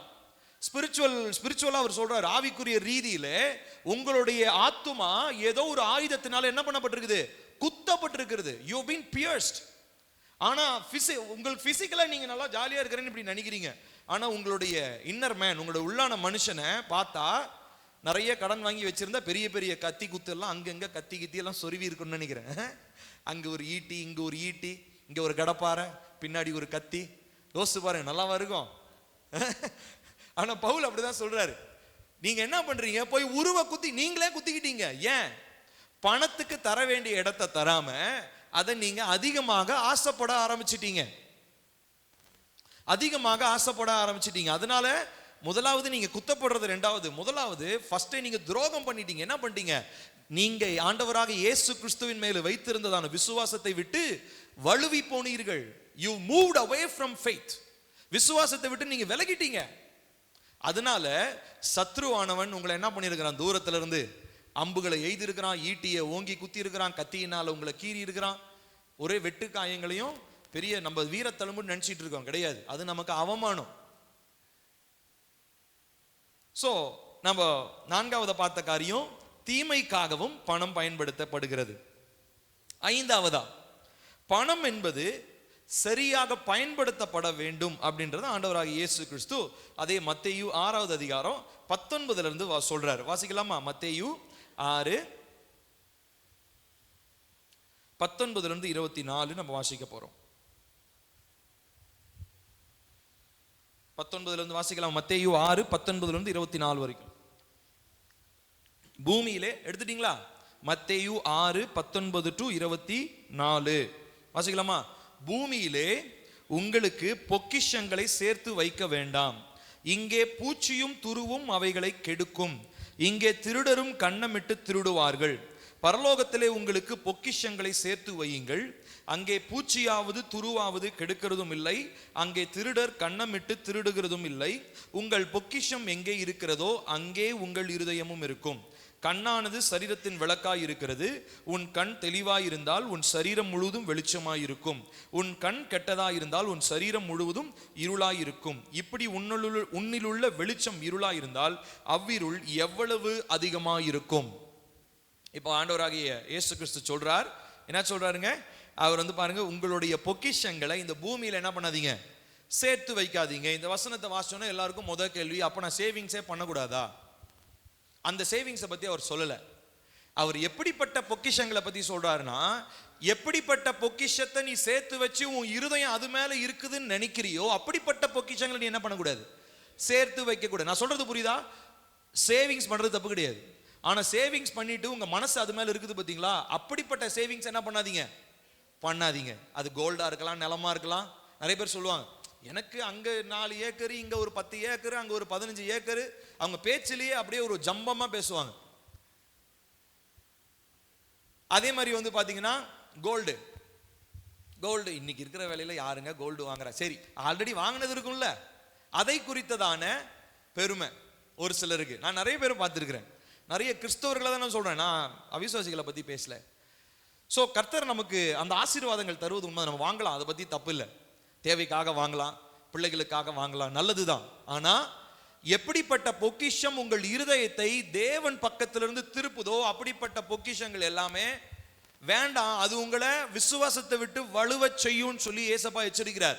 அடுத்தது அவருக்கு அது ஒரு சொல்யூஷன் கொடுக்கிறாரு. நீங்க உங்களுடைய பொக்கிஷங்களை என்ன பண்ணுங்க, பரலோகத்திலே சேர்த்து வையுங்கள். சரி, பரலோகத்தில் செல்லக்கூடிய கரன்சி என்னது? What is the currency that is valid in the kingdom of God? கர்த்தருடைய ராஜ்யத்தில் செல்லக்கூடிய கரன்சி சொல்லுங்க. இப்போ நம்ம ஊர்ல கரன்சி ரூபா நோட்டு. இப்போ பெனட் இருக்கிறார், பெனட் இன்னும் கொஞ்ச நாள்ல அவர் யூஎஸ் போறாரு. அவரு சொன்னாரு, இப்போ என்கிட்ட இருக்கிற பணத்தெல்லாம் நீங்க செலவழிச்சாதான், நான் யூஎஸ் போயிட்டேன்னா இந்தியன் ருப்பியை வச்சு ஏதாவது பண்ண முடியுமா? சல்லி சொல்லுவாங்களா, சல்லி காசுக்கு பிரயோஜனம் இல்லை, அங்கே போய் எந்த பிரயோஜனமும் இருக்காது. ஸோ ஒவ்வொரு நாட்டுக்கும் என்ன ஆகுதுங்க, ஒவ்வொரு கரன்சி மாறுது. அங்கே போய் நம்ம இந்திய ரூபா நோட்டை நம்ம அங்கே ஃபாரெக்ஸில் கூட வாங்க மாட்டானு இல்லையா? சரி, இப்போ பரலோக ராஜ்யத்துக்கு ஒரு கரன்சி இருக்குது. இது என்ன தெரியுங்களா? என்னது? நற்கிரியைகள். இன்னொன்னு இருக்குது, ரொம்ப முக்கியமான ஒரு கரன்சி. எத்தனை பேர் சொல்றீங்கன்னு பார்க்கலாம். தெரியலையா? யோசிங்களேன். நம்மளுடைய எங்க சொல்லுங்களேன், நேரம். உங்களுடைய நேரம். Time is a very essential currency in the kingdom of God. கர்த்தருடைய ராஜ்யத்துல ரெண்டு காரியம், நற்கிரியைகள். ஓகே, நற்கிரியைகள் நம்ம எல்லாரும் செய்யலாம். நம்ம எல்லாரும் ஏழைகளுக்கு உதவலாம், பணம் இல்லாதவங்களுக்கு நம்ம உதவி செய்யலாம், திக்கற்றவர்களை நம்ம விசாரிக்கலாம், இதெல்லாம் செய்யலாம். ஆனா ரொம்ப முக்கியமானது, எல்லாரிடத்திலும் தேவன் எதிர்பார்ப்பது, காசு இருக்கிறவன் நற்கிரியை செய்வான், காசு இல்லாதவன் என்ன பண்ணுவான்? ஆண்டவரே என்கிட்ட எதுவுமே இல்லைன்னு வந்து வெறுங்கையை நிற்க முடியுமா? யாரா இருந்தாலும் அவனுக்கு என்ன இருக்குது? இப்போ என்னங்க இருக்குது? நேரம் இருக்குது. நேரம் என்பது தேவனுடைய ராஜ்யத்துல நீங்க முதலீடு செய்கிறதான நாணயம், அதுதான் கரன்சி. இப்போ உங்களுடைய இன்வெஸ்ட்மெண்ட் பரலோகத்துல ஹெவியா இருக்கணும் அப்படின்னா நீங்க அதிக நேரம் என்ன பண்ணணும்? கர்த்தருடைய சமூகத்திலே ஜெபத்திலே நீங்கள் காத்திருக்க வேண்டும். அதுதான் இங்க ஏசப்பா சொல்றாரு. அங்க யாரு வந்து எடுக்க போறது இல்ல, அங்க திருடம் வர போறது இல்ல, பூச்சி வந்து அரிக்க போறது இல்ல. காரணம் என்ன? இது அழிவுக்கு உட்படாத ஒரு சொத்தை நீ என்ன பண்ற? பரலோக ராஜ்யத்துல சேர்த்து வைக்கிற. So every time you pray, நீங்கள் ஜெபிக்கிற ஒவ்வொரு நேரமும், நீங்கள் செலவிடுகிற ஒரு மணி நேரம், இப்ப நம்ம இரவு வேளையில 10 to 11 நம்ம ஆவியில நிரம்பி ஜெபிக்கிறோம். இப்ப கிட்டத்தட்ட 32 நாள் முடிஞ்சிருச்சு நேத்தோட. 32 மணி நேரம் நீங்க என்ன பண்ணிருக்கிறீங்க? கர்த்தருடைய சமூகத்துல காத்திருக்கிறீங்க. I'm trying to push it to 100. நான் ஒரு 100 நாள் பண்ணணும்னு எனக்கு ஒரு ஆசை. ஜெபிப்போம், பார்ப்போம். கர்த்தர் சித்தமானால், கர்த்தர் நமக்கு பலன் தருவார் என்று சொன்னால் 100 நாள் செய்யணும் அப்படின்னு. சரி, இப்போ நான் என்ன சொல்ல வரேன்னா, வெறும் 100 நாளோட நின்ற கூடாது. அப்பாடா 100 நாள் வந்தாச்சு, நம்ம இந்த 40 days முடிஞ்ச உடனே பெருமூச்சு விடுவோம் இல்லையா? அப்பாடா 40 நாள் என்ன பண்ணியாச்சு? உபவாசம் பண்ணியாச்சு. இதெல்லாம் வந்து நம்ம திருப்திக்கு வேணா நம்ம பெருமூச்சு விட்டுக்கலாம். ஆனா நீங்க பரலோகத்துல செய்ய வேண்டிய முதலீடு இன்னும் நிறைய இருக்குது. கர்த்தர் உங்களுக்கு ஜீவனை கொடுத்திருப்பார் என்று சொன்னால், அந்த ஜீவனிலே ஒரு நாளைக்கு 24 மணி நேரம் இருக்குன்னு சொன்னா, அதுல நீங்க எவ்வளவு நேரம் கர்த்தருக்காக நீங்க செலவிட போறீங்க? அதுதான் நீங்க கர்த்தருடைய ராஜ்யத்திலே நீங்க செய்கிறதான முதலீடு. அப்ப ஏசப்பா சொல்றாரு, இந்த பூமியில் இருக்கக்கூடிய காரியங்களை நீ சொத்து சேர்க்கிறது, சேவிங்ஸ் வைக்கிறது பிரச்சனை இல்லை. ஆனா உன்னுடைய ஹார்ட், உன்னுடைய இருதயம் அது மேல இருக்கிற மாதிரி விஷயங்களை நீ என்ன பண்ணாத? சேவ் பண்ணி வைக்காத. முதல் விஷயம். ரெண்டாவது விஷயம் என்ன சொல்றாரு? பரலோகத்துல நீ என்ன பண்ணு? சேவ் பண்ணு, சேமிச்சு வை. எதை சேமிச்சு வைக்க போறீங்க? நற்கிரியைகளையும் உங்களுடைய நேரத்தையும். ஸ்பிரிட் ரெல்ம்ல வந்து இன்னொரு முக்கியமான ஒரு கரன்சி இருக்கு. அது ஏற்கனவே அப்பா ஒரு டைம் பேசி இருக்கிறாங்க. பிளட்ன்றது ஸ்பிரிட் ரெல்ம்ல ஒரு முக்கியமான ஒரு நாணயம். அந்த பிளட்டை இப்ப நம்ம எதுவும் சிந்த வேண்டிய அவசியம் இல்லை. ஏன்னா ஒட்டுமொத்தமா நமக்காக இயேசு கிறிஸ்துவினுடைய ரத்தம் என்ன ஆயிடுச்சு? சிந்தப்பட்டுருச்சு. இப்போ நம்ம சிந்த வேண்டிய ரத்தம் தான். இப்ப அதுக்கு பதிலா யாருடைய ரத்தம் இப்ப நமக்காக பரிந்து பேசுது? இயேசுவின் ரத்தம். அந்த ரத்தத்துல இன்னைக்கு நம்ம பங்கெடுக்க போறோம். சரி, அப்ப ஸ்பிரிட் ரெல்ம்ல இருக்கக்கூடியதான நாணயம் எதுங்க? ரத்தம். பரலோகத்துல செல்லக்கூடிய நாணயம் எது? நற்கிரியைகளும் நேரமும். மறந்துடக்கூடாது. சொல்றது புரியுதுங்களா உங்களுக்கு? சோ எவ்ரி hour நீங்க செலவழிக்கிற 1 மணி நேரமோ 1 நிமிஷமோ 10 நிமிஷமோ அதை பொறுத்துதான் உங்களுடைய செல்வாக்கு பரலோகத்தில் இருக்கும். நீங்க பரலோகத்துல போய் செல்வாக்கோட இருக்கணும் அப்படின்னா, என்னங்க அங்க ஏற்ற தாழ்வுலாம் இல்லைன்றாங்க, நீங்க என்ன செல்வாக்கு இருக்கு? யார் உங்களுக்கு சொன்னா? ஏற்றத்தாழ்வு கிடையாது. ஆனா நீங்க அங்க உங்களுடைய ஜப வாழ்க்கைக்கு ஏற்ற மாதிரி அங்க அநேக ஆசீர்வாதங்கள் அங்கு காத்துட்டு இருக்கு. சும்மா ரட்சிக்கப்பட்டு ஏதோ ரட்சிக்கப்பட்டா போதும்னு வந்து பரலோக ராஜ்யத்தில் இருக்கிறான் பாத்தீங்களா, அவனுக்கு கர்த்தர் ஒரு இடத்தை வச்சிருக்கிறார். நமக்கு முன்னாடி நம்மளை விட பல தியாகங்களை செய்த மனிதர்கள் இருந்திருப்பாங்க இல்லையா? ரத்த சாட்சியா மடித்தவங்க, அவங்களுக்கு தேவன் ஒரு இடத்தை வச்சிருப்பார். ஆகையினாலே பரலோகம் ஏற்றத்தாழ்வு இருக்கக்கூடிய இடம் இல்லை. ஆனால் அவனவன் செய்ததான நற்கிரியைகளுக்கும் அவரவர் கர்த்தருடைய சமூகத்தில் செலவழித்த நேரத்திற்கும் ஏற்றவாறு கர்த்தர் அவங்களுக்கு ஒரு கிரேடிங் வச்சிருக்கிறார். இது மறுக்க முடியாத உண்மை. நம்ம வேதத்தில் வெளிப்படுத்தின விசேஷத்தில் ரொம்ப தெளிவாகவே நம்ம வாசிக்கிறோம். அங்கே ஏற்றத்தாழ்வுகள் இல்லை. ஆண்டவர் யாரையும் தனித்தனியெல்லாம் பார்க்க போறது இல்லை. இவன் காசு அதிகமாக வச்சிருக்கிறான், இவன் பிச்சைக்காரன்லாம் பார்க்க போறது இல்லை. ஆனால் கர்த்தருடைய வார்த்தையை தெரிஞ்சதுக்கு அப்புறம் நீங்க எந்த அளவுக்கு முதலீடு பரலோக ராஜ்யத்திலே செய்கிறீர்கள், what is the investment that you make in the kingdom of God. என்னென்ன சொன்னங்க? இது ரெண்டு காரியம் என்ன சொன்னேன்? நற்கிரியையும் நேரமும். இது ரெண்டையும் நீங்க மறந்து விட கூடாது. ஸோ 5 காரியங்களை சொன்னேன். முதலாவது, பணம் என்பது அத்தியாவசியம். இரண்டாவதா, பணம் என்பது அதிக மதிப்பிடப்படுகிறது. மூன்றாவதா, பணம் நன்மை செய்வதற்கு பயன்படுத்தப்படுகிறது. பணம் என்பது தீமை செய்வதற்கும் பயன்படுத்தப்படுகிறது. ஐந்தாவதா பார்த்தோம், பணம் என்பது சரியாக பயன்படுத்தப்பட வேண்டும். நம்மளுடைய நாட்டம் அதன் மேல் இல்லாத அளவுக்கு தான் நம்முடைய சேவிங்ஸ் இருக்கணும். ஒரு லேண்டு வாங்கிட்டு அது மேலேயே நம்மளுடைய எண்ணம் என்ன பண்ணக்கூடாது? இருக்கக்கூடாது. ஒரு விஷயம் சேர்த்து வச்சிங்கன்னா அந்த சேமிச்சு வச்ச காரியத்தின் மேலே உங்களுடைய இருதயம் இருக்க கூடாது. அப்படி இருந்துச்சுன்னா பவுல் மாதிரி நீங்க விசுவாசத்தை விட்டு, பணத்தை இச்சித்து விசுவாசத்தை விட்டு வழுவி தங்களை உருவ குத்தி கொள்ளுகிற மனிதர்களை போல மாறிடுவீங்க. அப்போ நம்ம எல்லாருமே எப்படிப்பட்டவங்களா இருக்கணும்ன்றத நம்ம ஆராய்ந்து பார்க்கணும். ஆறாவதா, பணம் என்பது கடுமையான கட்டுகளுக்குள்ளாக உங்களை அழைத்து செல்லும். Money can lead you to terrible bondage. நல்லா கவனிக்கணும். ஆறாவது விஷயம், பணம் என்பது உங்களை பெரிய அவிழ்க்க முடியாத கட்டுகளுக்குள்ளாக உங்களை சிக்கிக் கொள்ள வைக்கும். என்ன பிள்ளை அப்படியும் சொல்ற இப்படியும் சொல்ற, என்னதான் பண்றது? அதுக்கு தான் நமக்கு ஞானம் வேணும். ஒரு பக்கம் பணம் தீமைன்னு சொல்றோம், ஒரு பக்கம் பணத்தை தீமைன்னு சொல்றோம், இன்னொரு பக்கம் பணத்தை நல்லதுன்றோம். என்னதான் செய்யறது? அதுக்கு தான் பணத்துக்காக ஒரு ரூபா இருந்தாலும் நம்ம கர்த்தருடைய சமூகத்தில் ஞானத்தை அதற்காக நம்ம கேட்கணும். நீதிமொழிகள் 22வது அதிகாரம் 7வது வசனம் வாசிப்போமா? நீதிமொழிகள் 22:7.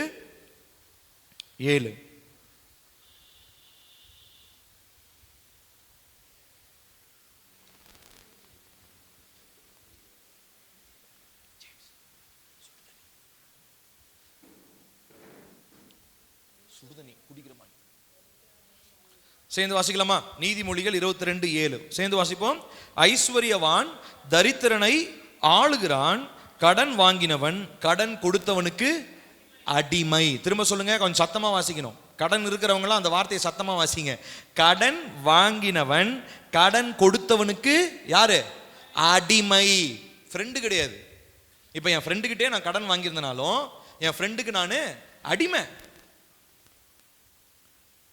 ஆகையினாலதான் பண காரியங்களிலே, அதுவும் முக்கியமா சபைக்குள்ளாக திரும்ப திரும்ப பல தடவை நம்ம சொல்லியிருக்கிறோம். பணத்தை பத்தி நம்ம பேசுறனாலும் இந்த அறிவுரையை நம்ம சர்ச்சில் சொல்லியிருக்கிறோம். என்ன சொல்லியிருக்கிறோம்? சபைக்குள்ளாக எங்கேயுமே கடன் வாங்கக்கூடாதுன்னு சொல்றது. ஆனால் நம்ம சர்ச்சுக்குள்ளேயே வாங்கிக்கிறோம்.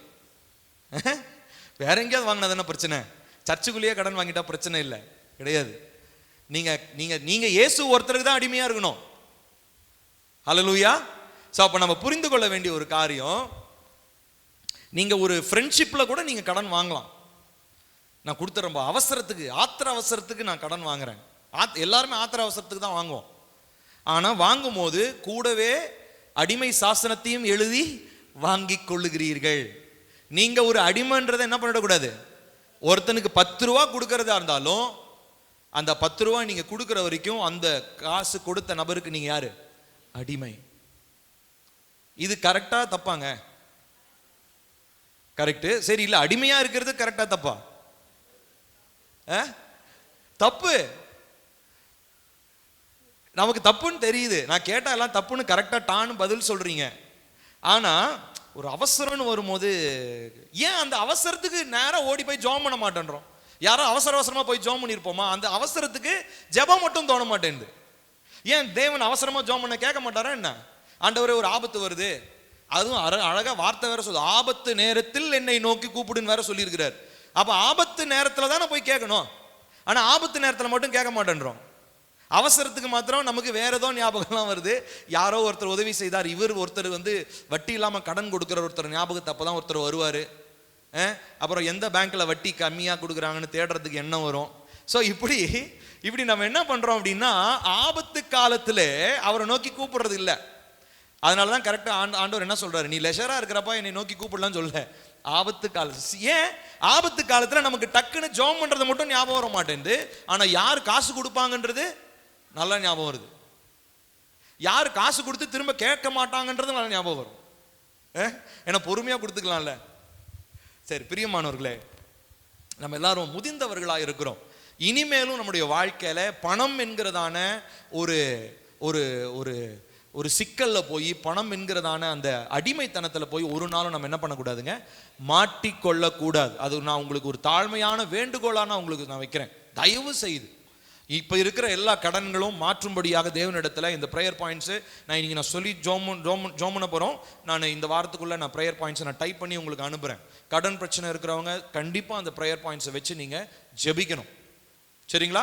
ஜெபிச்சு அந்த கடனை, இருக்கிற கடன் 1000 ரூபா 2000 ரூபா 1 லட்சமோ 2 லட்சமோ எது இருந்தாலும் உடனே அதை முடிச்சுட்டு அடுத்ததான் நீங்க செய்ய வேண்டிய காரியம், அப்படி பண அவசரம்னு வந்தா உடனே நீங்க எங்க தான் போகணும்? கர்த்தரை நோக்கி பாருங்க. கர்த்தரை நோக்கி பாருங்க. ஹல்லேலூயா. நான் உங்களுக்கு ஒரு சாட்சி சொல்றேன். கர்த்தர் அழகா எங்களை நடத்தி வரார், தேவைகளை எல்லாம் அழகா சந்திக்கிறார். ஆனா ஒரு ஃபியூ இயர்ஸ் பேக் நாங்க அங்க அஸ்தம்பட்டியில இருந்தோம். அஸ்தம்பட்டியில் இருந்த நாட்களிலே என்னுடைய கையில் காசு இல்லை.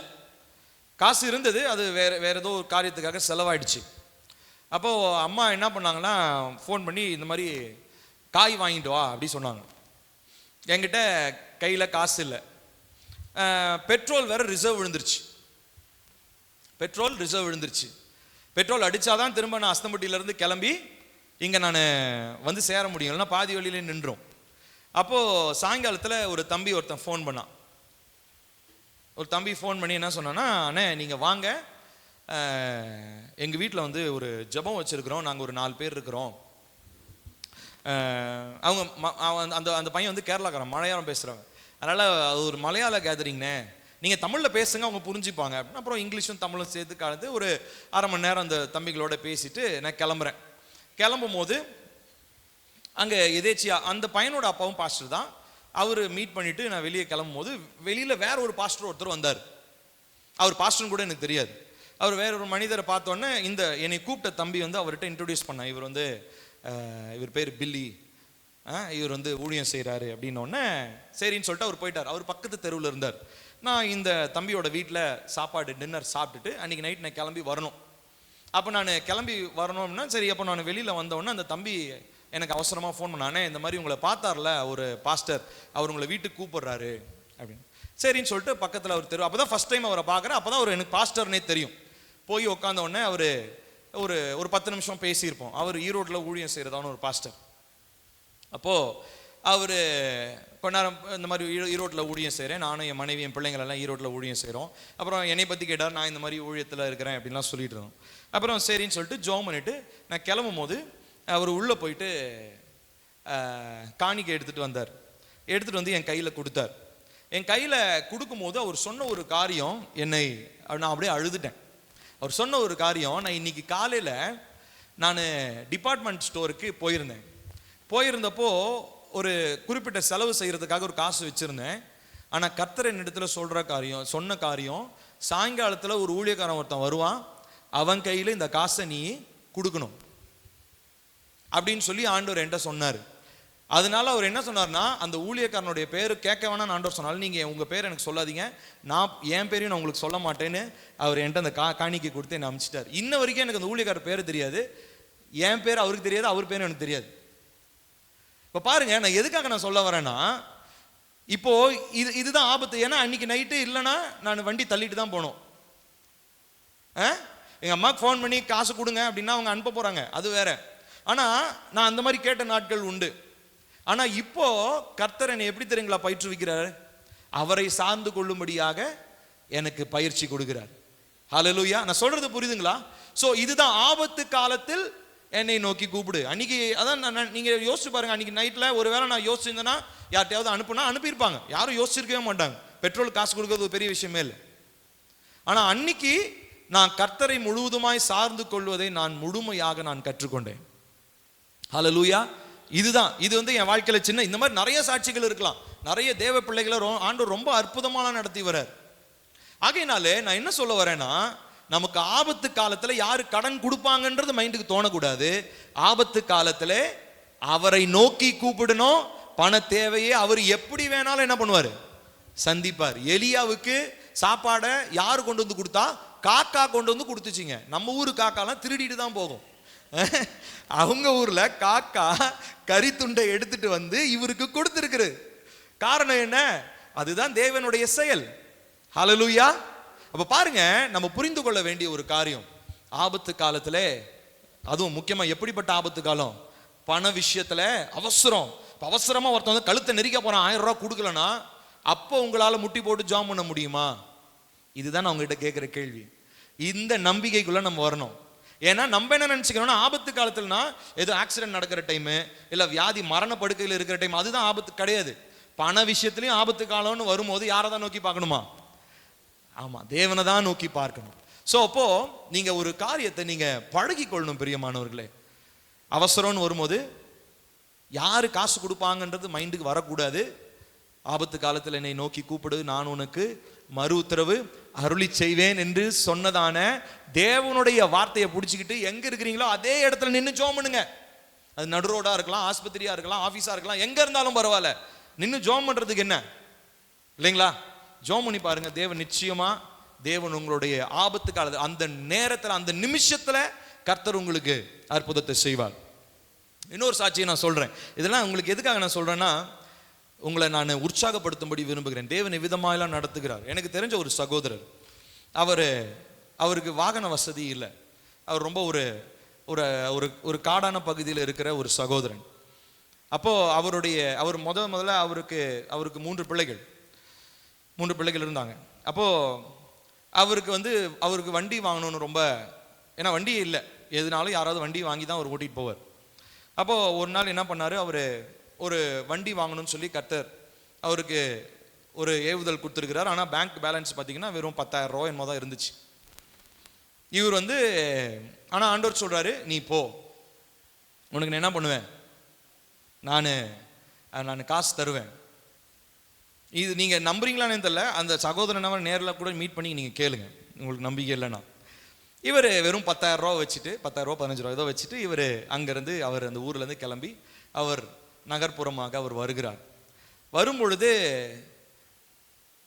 வரிசையா எஸ்எம்எஸ் வந்திருக்கு, பேங்க்ல எஸ்எம்எஸ் வந்திருக்கு. என்னன்னு தெரியல. இவர் வண்டியை ஓட்டிட்டு மும்முரமா வந்துட்டார். இவர் கீழே வர்றதுக்குள்ள பார்த்தீங்கன்னா கிட்டத்தட்ட ஒரு 15 எஸ்எம்எஸ். ஒவ்வொரு எஸ்எம்எஸ்லையும் 4,000 கிரெடிட்டட், 10,000 கிரெடிட்டட், 17,000 கிரெடிட்டட்.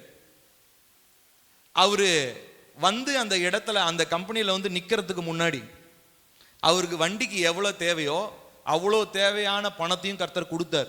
இதுக்கு சாட்சியா ஒருத்தர் இருக்கிறார், ஏற்காட்டில் இருக்கிறார், உங்களுக்கும் தெரியும், ஜான் பிலி. அவருடைய லைஃப்ல நடந்த உண்மையான சாட்சி இது. அவர் ஃபர்ஸ்ட் வாங்கின டியோன்னு ஒரு பைக் ஒன்று வாங்கினார். அந்த பைக் வாங்கும்போது வெறும் 10,000 ரூபா அவர்கிட்ட இருந்துச்சு. ஆனா கர்த்தருடைய பேச்சு இது உண்மை. இது என்ன எப்படி திடீர்னு எங்க இருந்து கர்த்தர், இது அவங்களுக்கு ரெகுலரா காணிக்க அனுப்புறவங்க தான். ஆனா திடீர்னு அவங்ககிட்ட ஃபோன் பண்ணி, ஏன் திடீர்னு அனுப்புனீங்க? எனக்கு அனுப்பணும்னு தோணுச்சு, நான் அனுப்புனேன். அவங்க ஏற்கனவே அந்த மாசத்துல காணிக்க கொடுக்க வேண்டியதோ கொடுத்துட்டாங்களாம். ஆனா அவங்க திரும்ப ஒரு டைம் என்ன பண்ணிருக்காங்க, ஒருத்தர் 10,000 அனுப்பிச்சிருக்கீங்க, ஏங்க ஏற்கனவே இந்த மாசத்துக்கு எனக்கு காணிக்க கொடுத்துட்டீங்க, எதுக்காக அனுப்புறீங்க? இல்ல எனக்கு கொடுக்கணும்னு தோணுச்சு, நான் கொடுத்தேன். இப்ப அந்த தோண வச்சதெல்லாம் யாரு? தேவன் தான். அவர் வந்தாரு, கடனே இல்லாம இஎம்ஐ இல்லாம ஃபுல் அமௌண்ட் கட்டி வண்டி எடுத்துட்டு போனார். அந்த வண்டிக்கு நான் தான் ஜோம் பண்ணி ஆசீர்வாதம் போட்டு அவங்கள ஏற்காடு அமுச்சு வச்சேன். நான் ஏன் சொல்ல வரேன்னா, இதுதான் தேவனால செய்யக்கூடியதான அற்புதமான காரியம். ஹல்லேலூயா.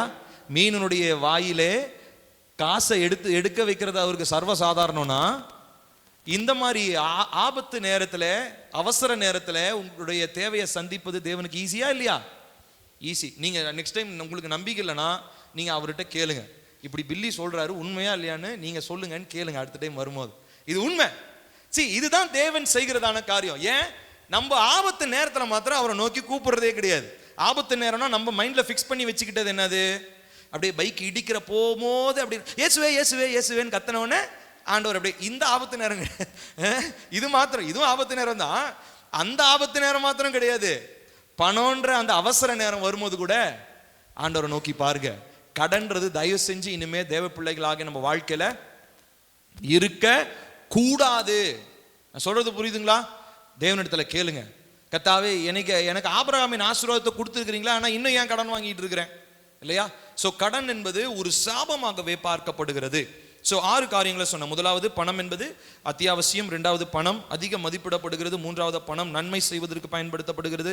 நான்காவது, பணம் என்பது தீமை செய்வதற்கு பயன்படுத்தப்படுகிறது. ஐந்தாவதா, பணம் என்பது சரியாக உபயோகிக்கப்பட வேண்டும். ஆறாவதா, பணம் என்பது நம்மை அடிமைத்தனத்துக்குள்ளாக அழைத்து செல்லும். ஏழாவதா, கடைசியாக, பணம் என்பது தேவனுக்கு மகிமை தருவதாக இருக்க வேண்டும். Money must be used to bring glory to God. வாசிப்போம் 1 கொரிந்தியர் 10வது அதிகாரம் 31வது வசனம். 1 கொரிந்தியர் 10வது அதிகாரம் 31வது வசனம்.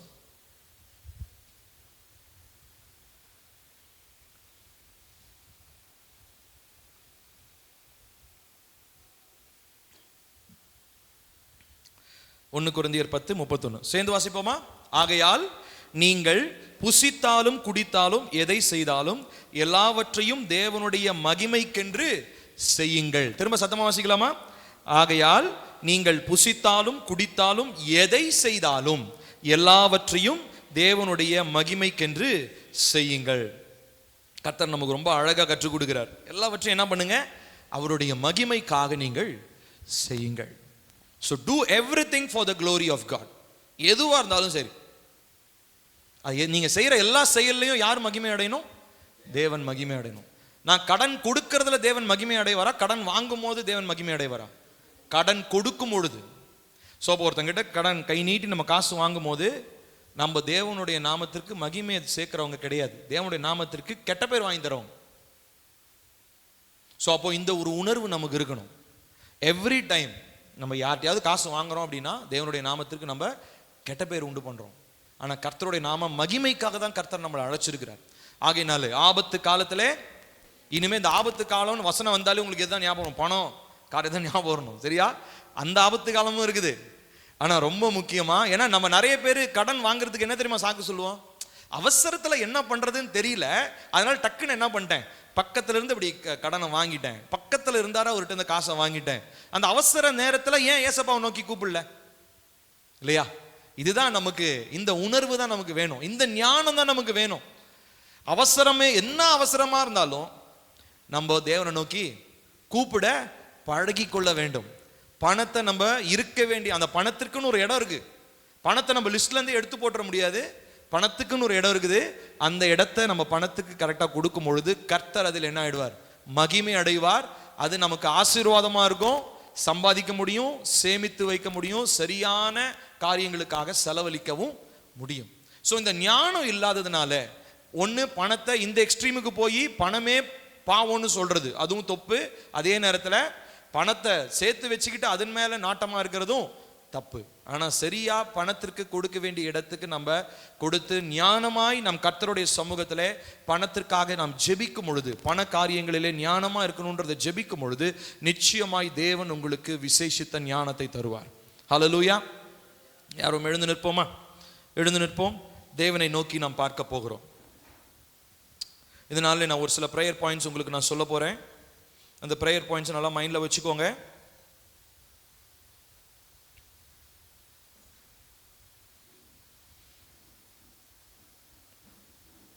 முதலாவது, இந்த பண பற்றாக்குறை இல்லை, இந்த பண முடக்கம். இந்த செய்தியினுடைய தலைப்பை அதான் சொன்னேன், பண முடக்கத்திலிருந்து வெற்றி பெறுவது, விக்டரி ஓவர் ஃபைனான்சியல் ஹேண்டிகேப். பண முடக்கத்திலிருந்து வெற்றி பெறுவது. முதலாவது, நாம் கர்த்தருடைய சமூகத்திலே இந்த ஒருவேளை நான் உங்களை யார்ட்டையும் நான் கேட்க போறது இல்லை, கையை தூக்குங்கலாம் கேட்க போறதா உங்களுக்கு தெரியும். யார் யார் கடனில் இருக்கிறீங்கன்னு உங்களுக்கு நல்லா தெரியும். நீங்க என்ன பண்ணுங்க, முதலாவது இந்த கடன் வாங்கினதற்காக கர்த்தருடைய சமூகத்தில் நம்ம மன்னிப்பு கேட்கணும். ஏன்னா கடன் வாங்கினது அது பாவம்ன்ற லிஸ்ட்டுக்குள்ளே நம்ம சேர்த்துக்கவே மாட்டேன்றோம். மற்றதெல்லாம் பாவம், விபச்சாரம் செய்யறது பாவம், பொய் சொல்றது பாவம், இதெல்லாமே பாவம். கடன் வாங்குறதும் பாவம் தான். அந்த லிஸ்ட்லேயே நான் அந்த லிஸ்ட்டில் அந்த இது மட்டும் அப்படியே பிளர் ஆகிடுதுன்னு நினைக்கிறேன். அப்படியே ரீடிங்கில் பண்ணும்போது அந்த இடம் மட்டும் அப்படியே மங்கி போயிடுதுன்னு நினைக்கிறேன். ஆனால் இன்னைக்கு நான் உங்களுக்கு சொல்கிறேன் பிரியமானவர்களே, நம்ம எல்லாரும் இந்த காரியத்தில் ரொம்ப ஜாக்கிரதையா இருக்கணும். ஏன்னா இனி வருகிற காலங்கள் பொருளாதார நெருக்கடிகள் அதிகமாய் வரும். கர்த்தருடைய தீர்க்கதரிசிகள் மூலமா கர்த்தர் அதை வெளிப்படுத்திக்கிட்டே இருக்கிறார். நிறைய பொருளாதார நெருக்கடி வரப்போகுது. போன வருடத்துல ஸ்ரீலங்கா அது வந்த மாதிரி இந்தியாவிலும் வரப்போகுதுன்னு சொல்லி பயங்கரமான ஃபினான்ஷியல் ஃபோர்காஸ்ட் பண்ணிக்கிட்டே இருக்காங்க, சொல்லிக்கிட்டே இருக்கிறாங்க. ஊழியக்காரங்க மாத்திரம் இல்லை, நிறைய அந்த ஆராய்ந்து பார்க்கிறவர்கள், ரிசர்ச்சர்ஸ், இந்த எக்கனாமிஸ்ட், இவங்க எல்லாமே சொல்றாங்க இந்த வருகிற நாட்களிலே அநேகமாக பொருளாதார நெருக்கடி உண்டாகும்னு அவங்களும் சொல்றாங்க. யார் என்ன சொன்னாலும் கர்த்தர் சொல்லுகிற ஒரு காரியத்திற்காக நம்ம கண்டிப்பா கீழ்ப்படியணும். இப்ப இருக்கிற காரியங்களிலிருந்து வெளியே வரணும். முதலாவது இப்ப இருக்கிற காரியங்களுக்காக நம்ம கர்த்தருடைய சமூகத்தில் என்ன தெரியுங்களா பண்ணணும்? நம்ம மன்னிப்பு கேட்கணும். நம்ம எல்லாரும் கண்களை மூடலாமா? நான் ஒரு சில பாயிண்ட்ஸ் நான் சொல்ல போறேன். அந்த பாயிண்ட்ஸ் எல்லாம் சொல்லி நம்ம ஜெபிக்க போகிறோம். முதலாவதாக, கர்த்தாவே என்னை மன்னிங்கன்னு கேட்கலாமா? எல்லாரும் நம்ம எல்லாரும் வாயை திறந்து உண்மையா நம்ம கேட்கணும். கர்த்தாவே, நான் தேவையில்லாத நேரங்களிலே தேவையற்ற காரியங்களுக்காக நான் கடன் வாங்கினதற்காக என்னை தயவாய் மன்னிங்கப்பா. என்னுடைய ஆடம்பரத்திற்கும் என் ஆசைக்கும் என்னுடைய ஆசாபாசங்களுக்காக நான் தேவையில்லாத இடங்களிலும் தேவையற்ற நேரங்களிலும் நான் கடன் வாங்கியிருக்கிறேன்ப்பா. அந்த கடன் வாங்குவது என்பது பாவம், அது சாபம் என்பதை கர்த்தாவே எனக்கு இந்த நாளில் உணர்த்தினதற்காக ஸ்தோத்திரம். இந்த நாளிலே நான் வாங்கின காரியங்களுக்காக என்னை தயவாய் மன்னிங்க. இப்ப நான் கடன் பட்டவனுக்கு நான் அடிமையா இருக்கிறேனே, ஆனால் நான் உங்களுக்கு அடிமையா இருக்கணுமே. ஆனா நான் இன்னைக்கு கடன் கொடுத்தவனுக்கு அடிமையா இருக்கிறேனே அப்பா. இந்த நிலையை என்னுடைய வாழ்க்கையில கர்த்தாவே நீர் மாற்றுவீராக. நான் உம்முடைய சமூகத்திலே உண்மையாய் உம்மை நோக்கி பார்க்கிறேன். இந்த கடன் பாரத்திலிருந்து எனக்கு கர்த்தர் ஒரு விடுதலையை தாங்க. இந்த பண நெருக்கடியிலிருந்து கர்த்தர் எனக்கு ஒரு விடுதலையை தாங்க என்று சொல்லி கேட்க போகிறோம்.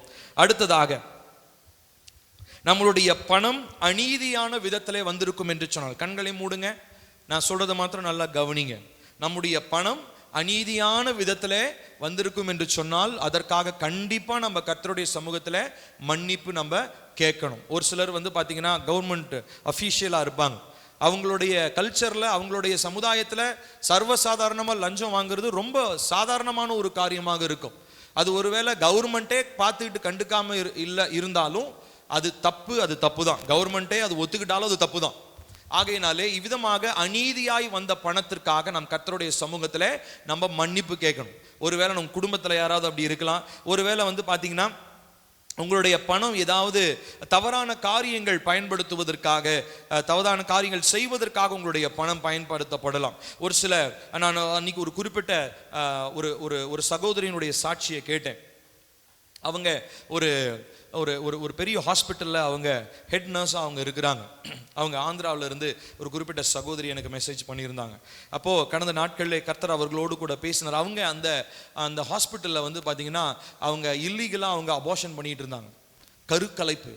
அந்த கருக்கலைப்பு பண்ணுவதற்கு ஒரு குறிப்பிட்ட அமௌண்ட் வாங்குவாங்க. அந்த அமௌண்ட்டில் ஒரு குறிப்பிட்ட அமௌண்ட்டு இந்த ஹெட் நர்ஸ்க்கு கொடுத்துட்டு இருந்தாங்க. அது எவ்வளவு சாபத்தீடானதுன்றது கர்த்தர் அவங்களுக்கு ஒரு நாள் உணர்த்தினார்னு சொல்லி அவங்க எனக்கு மெசேஜ் பண்ணியிருந்தாங்க. ஸோ ஆகையினாலே கர்த்தர் அவங்களோடு பேசினார். நான் அந்த காரியத்தை நான் விட்டுட்டேன், அந்த காரியத்தை செய்யக்கூடாதுன்னு என்னுடைய ஹாஸ்பிட்டலில் நான் ஸ்ட்ரிக்டாக நான் சொல்லியிருக்கிறேன். ஹெட் நர்ஸ் அவங்க.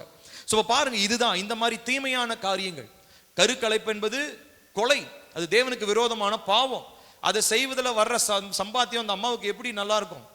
ஸோ இவ்விதமான அநீதியான காரியங்களினாலே வர்ற பணங்கள், இதை குறித்து நாம் கர்த்தருடைய சமூகத்தில் நம்ம கண்டிப்பா நம்ம மன்னிப்பு கேட்கணும். கேட்கலாமா? கர்த்தாவே, நான் அநீதியான விதங்களிலே என்னுடைய வாழ்க்கைக்குள்ள வந்த பணத்திற்காக நான் மனம் வருந்துகிறேன். என்னை தயவாய் மன்னிங்க. இனிமே அநீதியான எந்த ஒரு பணமும், எந்த இரத்த பணமும் என் கைக்கு வரக்கூடாது. அப்பா, நியாயப்படி, நீதிப்படி நீங்க எனக்கு எதை தர்றீங்களோ அதை நான் பெற்றுக்கொள்ள எனக்கு உதவி செய்யுங்க அப்பா. அநீதியான எந்த ஒரு காரியம் செய்கிற செயலினாலும் எனக்கு பணம் என்னுடைய வாழ்க்கைக்குள்ளாக வரக்கூடாது என்று நான் சொல்லுகிறேன். தீமையான பலிகள் செலுத்துவதனாலே, தீமையான விக்கிரகங்களை வணங்குவதனாலே வந்ததான பணங்கள் என்னை விட்டு வெளியேறுவதாக. தேவன் எனக்கு தராத எந்த பணமும் என்னிடத்துல தங்க வேண்டாம். தீமையான பணம் எனக்கு வேண்டாம், அநீதியான பணம் எனக்கு வேண்டாம். சொல்லுங்க, வாயை திறந்து டிக்ளேர் பண்ணுங்க. கர்த்தாவே, தீமையான பணம் எனக்கு வேண்டாம். பண ஆசை எல்லா தீமைக்கும் வேறா இருக்குதுன்னு சொல்றீங்களே, அதனால அந்த தேவையற்ற ஆசைகள், விசுவாசத்தை விட்டு வழுவி போகிற ஆசைகள், என்னை குத்திக் கொள்ளுகிற இந்த ஆசைகளை என்னை விட்டு நான் இப்பொழுது நான் தூக்கி எறிகிறேன். அநீதியான காரியங்கள், அக்கிரமமான காரியங்கள், இரத்த காரியங்கள், இவற்றினாலே சம்பாதிக்கப்படுகிற பணம் எனக்கு வேண்டாம்ப்பா. அப்படிப்பட்ட பணம் என்னுடைய எல்லைகளில் இருக்குமா இருந்தால் அதை நான் இயேசுவின் நாமத்தினாலே நான் அப்புறப்படுத்துகிறேன், அதை இயேசுவின் நாமத்தினாலே நான் அப்புறப்படுத்துகிறேன் என்று சொல்லுவோம். ஹல்லேலூயா, ஹல்லேலூயா. அடுத்ததாக ஒரு சில பாயிண்ட்ஸ் நான் சொல்ல போறேன், அதற்காக சொல்லி நாம் ஜெபிக்க போகிறோம். முதலாவதாக என் பின்னாடி சொல்லுங்க, கர்த்தாவே என்னுடைய ஆசீர்வாதத்தை முடக்குகிறதான எல்லா விதமான பிசாசுனுடைய திட்டங்களும் பணத்தினுடைய நெருக்கடிகளும் இயேசுவின் நாமத்தினாலே மாற்றப்படுவதாக. ஆமென். சொல்லி ஜெபம் பண்ணுங்க. கர்த்தாவே என்னுடைய வாழ்க்கையில நீங்க வச்சிருக்கிற ஆசீர்வாதத்தை தடை பண்ற எந்த பிசாசுனுடைய திட்டமா இருந்தாலும் சரி, நீங்க எனக்கு வச்சிருக்கிற பொருளாதார ஆசீர்வாதத்தை தடை பண்ணுகிற எல்லா விதமான பிசாசின் திட்டங்களும் இயேசுவின் நாமத்தினாலே அழிக்கப்படுவதாக. என்னுடைய வாழ்க்கையில கர்த்தர் வைத்திருக்கிற ஆசீர்வாதத்தை நான் இயேசுவின் நாமத்தினாலே நான் பெற்றுக்கொள்ளுகிறேன், இயேசுவின் நாமத்தினாலே பெற்றுக்கொள்ளுகிறேன். அடுத்ததாக நம்முடைய பணம் எப்படி இங்க வங்கியில இருக்கிறதோ அதே மாதிரி டிமானிக் பேங்க்ஸ்னு ஒன்று இருக்குது. ஆவியின் மண்டலத்துல பிசாசு அவன் பேங்க்ல இருந்து கடன் கொடுப்பான். இப்போ ஒரு சிலர்லாம் பார்த்தீங்கன்னா ஒரு சிலர்கிட்ட கடன் வாங்கியிருப்பாங்க, அது எவ்வளோ காசு வந்தாலும் அந்த கடனை ஒரு 10,000 ரூபா கடனை அடைக்க முடியாது. காரணம் என்ன தெரியுங்களா? அந்த காசு எங்கேருந்து வந்த காசு தெரியுமா? நீங்கள் பார்த்து உங்கள் நபர் அந்த நண்பர்கிட்ட இருந்து வந்த காசு கிடையாது, அது டிமானிக் பேங்க்ல இருந்து வந்தது, பிசாசனுடைய வங்கியிலிருந்து வந்தது. அந்த பணத்தை உங்களால் திரும்ப செலுத்தவே முடியாது. உங்கள் கையில் 20,000 இருந்தால் கூட அந்த 10,000 கடனை அடைக்க முடியாது. காரணம் என்ன தெரியுங்களா? உங்களை அடிமைப்படுத்தி வைத்திருப்பது தான் அந்த வங்கியிலிருந்து வந்த பணத்தினுடைய நோக்கம். ஆகையினால் இவ்விதமான பணம் நம்முடைய கையில் இருக்கும் என்று சொன்னால் நம்ம அதற்காக ஜெபிக்க போகிறோம். கேட்கலாமா? கர்த்தாவே என்னுடைய வாழ்க்கையில தீமையான வங்கியிலிருந்து, பிசாசுனுடைய வங்கியிலிருந்து வந்ததான எல்லா தீமையான பணங்களையும் இயேசுவின் நாமத்தினாலே என் வாழ்க்கையை விட்டு நான் வெளியேற்றுகிறேன். ஆமென். அடுத்ததாக சொல்லி ஜெபிக்க போகிறோம். கர்த்தாவே சொல்லுங்க என் பின்னாடி, கர்த்தாவே என்னுடைய வாழ்க்கையில பொருளாதாரத்தை பிடித்து வைத்திருக்கிற பலவானுடைய கட்டுகளை இயேசுவின் நாமத்தினாலே நான் அவிழ்த்து போடுகிறேன். என்னுடைய வாழ்க்கையிலே பொருளாதார சாபத்தை, பொருளாதார நெருக்கடியை, பொருளாதார கட்டுகளை கொண்டு வருகிற எல்லா பிசாசின் திட்டங்களையும், எல்லா பிசாசின் சாபங்களையும், எல்லா தலைமுறையான சாபங்களையும் இயேசுவின் நாமத்தினாலே என்னுடைய வாழ்க்கையை விட்டு நான் வெளியேற்றுகிறேன். நான் என்னுடைய வாழ்க்கையில தெரிந்தோ தெரியாமலோ நான் செய்து கொண்டதான உடன்படிக்கைகள், தரித்திரத்தின் உடன்படிக்கைகள் இயேசுவின் நாமத்தினாலே அழிக்கப்படுவதாக. ஆமா, இது நிறைய பேருடைய வாழ்க்கையில் இருக்கக்கூடிய காரியங்கள். நம்மளை அறியாமலே ஒருவேளை நம்முடைய முற்பிதாக்கள் இல்ல நம்ம நண்பர்கள் இல்ல நம்ம சொந்தக்காரங்க யாராவது ஒருத்தங்க அந்த தரித்திர ஆவியோட உடன்படிக்கை பண்ணியிருப்பாங்க, ஸ்பிரிட் ஆஃப் பாவர்ட்டி. அந்த உடன்படிக்கையை நம்ம மீறவே முடியாது, ஏன்னா அது பிசாசோட செஞ்சிருக்கிற உடன்படிக்கை. அதனால இப்போ அந்த உடன்படிக்கையை உடைச்சு நம்ம ஜெபிக்க போறோம். திரும்ப அந்த பிரேயர் பாயிண்ட்டை சொல்லி ஜெபிக்கலாமா? கர்த்தாவே என்னுடைய வாழ்க்கையில தரித்திர ஆவியோடு ஏற்படுத்தப்பட்ட எல்லா உடன்படிக்கைகளையும் இயேசுவின் நாமத்திலே நான் அழித்து போடுகிறேன். இயேசுவின் நாமத்திலே நான் அழித்து போடுகிறேன். கர்த்தாவே நீர் எழுந்தருளி என்னுடைய வாழ்க்கையிலே பொருளாதார ரீதியாய் ஒரு மாற்றத்தை ஏற்படுத்தும். கேட்கலாமா? எல்லாரும் கரங்களை உயர்த்தி கேளுங்க. கர்த்தாவே என்னுடைய வாழ்க்கையில் இதுவரை இருந்ததான எல்லா பொருளாதார நெருக்கடிகள் மாறட்டும்ப்பா. இவ்வளவு நாளா நான் ஒருவேளை அறிந்தோ அறியாமலோ அவசரத்தெல்லாம் நிறைய கடன் வாங்கி இருக்கலாம், ஆனா இனிமே நான் கடன் வாங்க போவது இல்லை ராஜா. நான் திரும்ப யாருக்கோ அடிமைப்பட போவது இல்லை அப்பா. ஏசப்பா நான் உங்க ஒருத்தருக்கு தான் அடிமை. என் ஆவி ஆத்மா சரீரம் உங்களுக்கு தான் சொந்தம் அப்பா. வேற யாருக்கும் நான் சொந்தம் இல்லை, வேற யாருக்கும் நான் அடிமைப்பட்டவன் அல்ல. ஆகையினால் இப்பொழுது இருக்கிறதான இந்த அடிமைத்தனங்கள், இந்த சாபங்கள் என்னை விட்டு வெளியேறுவதாக என்று சொல்லி நான் ஜெபிக்கிறேன். ஹல்லேலூயா, ஹல்லேலூயா, ஹல்லேலூயா. அடுத்ததாக நாம் சொல்ல போகிறோம், நான் ஒருபோதும் தேவனுக்கு சேர வேண்டிய காரியத்திலே நான் கொள்ளையிட போவதில்லை. ஆமா சொல்லுங்க, கர்த்தாவே உமக்குரியதை நான் உமக்காக கொடுக்க எனக்கு உதவி செய்யுங்க ஆண்டவரே. அப்பா உங்களுடைய ஆலயத்தை கொள்ளையடிக்கிறவனா நான் இருக்கக்கூடாது ஆண்டவரே. உங்க ராஜ்யத்துக்குரியதை உங்க ஊழியத்துக்குரியதா நான் கொடுக்க எனக்கு உதவி செய்யுங்க. நிறைய பேருடைய வாழ்க்கையில நம்ம அவிதமாக தான் இருக்கிறோம். கர்த்தர் அதை ஒரு சாபமாகவே சொல்லி இருக்கிறார், ஆலயத்தை கொள்ளையிடுவது. காரணம் என்னன்னா, ஆலயத்துல யாரு கொள்ளையிடுவாங்க?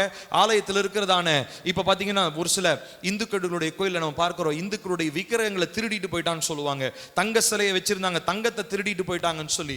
இதே மாதிரி தான் தேவன் இஸ்ரவேலர்களிடத்திலும் பல இடங்களில் பேசி இருக்கிறார். மல்கியாவுடைய தீர்க்கதரிசி 3வது அதிகாரத்துல கூட நம்ம அதை வாசிக்கிறோம். நீங்கள் தசம பாகங்களை காணிக்கைகளை நீங்க கொள்ளையிடுறீங்க என்று சொல்லி. இதனால காணிக்கையை பத்தி நான் பேச வரல, ஆனால் கர்த்தருக்கு உரியதை கர்த்தருக்காக கொடுக்கிறதான இருதயம் நமக்கு இந்த நாளில் வேண்டும். எல்லாரும் கேட்கலாமா? கர்த்தாவே உமக்குரியதை நான் உமக்காக நான் கொடுக்கணும் ஆண்டவரே. கர்த்தாவே என்னுடைய அப்பா வாழ்க்கையில நான் ஆலயத்தையோ தேவனுடைய மகிமைக்கான காரியத்தையோ காணிக்கையோ நான் கொள்ளையடிக்கிறவனா இருக்கக்கூடாது அப்பா.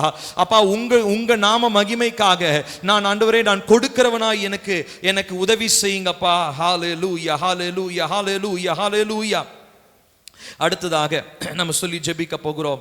எல்லா விதமான பொருளாதார தடைகளும் என்னுடைய வாழ்க்கையை விட்டு வெளியேறி நான் கடன் வாங்குறவனாய் அல்ல, கடன் கொடுக்கிறவனாய் இயேசுவே என்னை மாற்றுவீராக. ஹalleluya. கேளுங்க, எல்லாரும் வாய் திறந்து கேளுங்க. கர்த்தாவே நான் அப்பா இனிமே கடன் கொடுக்கிறவனா என்னை மாற்றுங்கப்பா. நான் கடன் வாங்குறவனா இருக்க கூடாதப்பா, நான் கடன் வாங்குறவனா இருக்க கூடாது ஆண்டவரே. ஹalleluya. அடுத்ததாக நம்ம கேட்க போகிறோம், பரிசுத்த ஆவியானவரே நீரே எனக்கு பொருளாதார பங்காளராக இருப்பீராக. ஒரு சிலர்லாம் பார்த்தீங்கன்னா அந்த ஃபினான்ஷியல் பார்ட்னர்னு சொல்லுவாங்க. ஒரு சில பிஸ்னஸ்ல ஒரு சிலர் வேலை செய்வாங்க, ஆனா பணத்தை முதலீடு செய்வதற்கு ஒரு பார்ட்னரை வச்சிருப்பாங்க. கூட ஒரு நண்பர் இருப்பார், இல்லை கூட ஒரு ஆலோசகர் ஒருத்தர் இருப்பார், கவுன்சிலர்னு சொல்லுவாங்க அவங்கள. நமக்கு ஒரே ஆலோசகர் தான், நமக்கு ஒரே நண்பர் தான், அது பரிசுத்த ஆவியானவர் மாத்திரம் தான். நம்ம எல்லாரும் சொல்லலாமா? கர்த்தாவே, எல்லாரும் சொல்லுங்க, கர்த்தாவே பரிசுத்த ஆவியானவரே நீர் என்னுடைய பொருளாதார ஆலோசகராய் நீர் மாத்திரம் இரும்.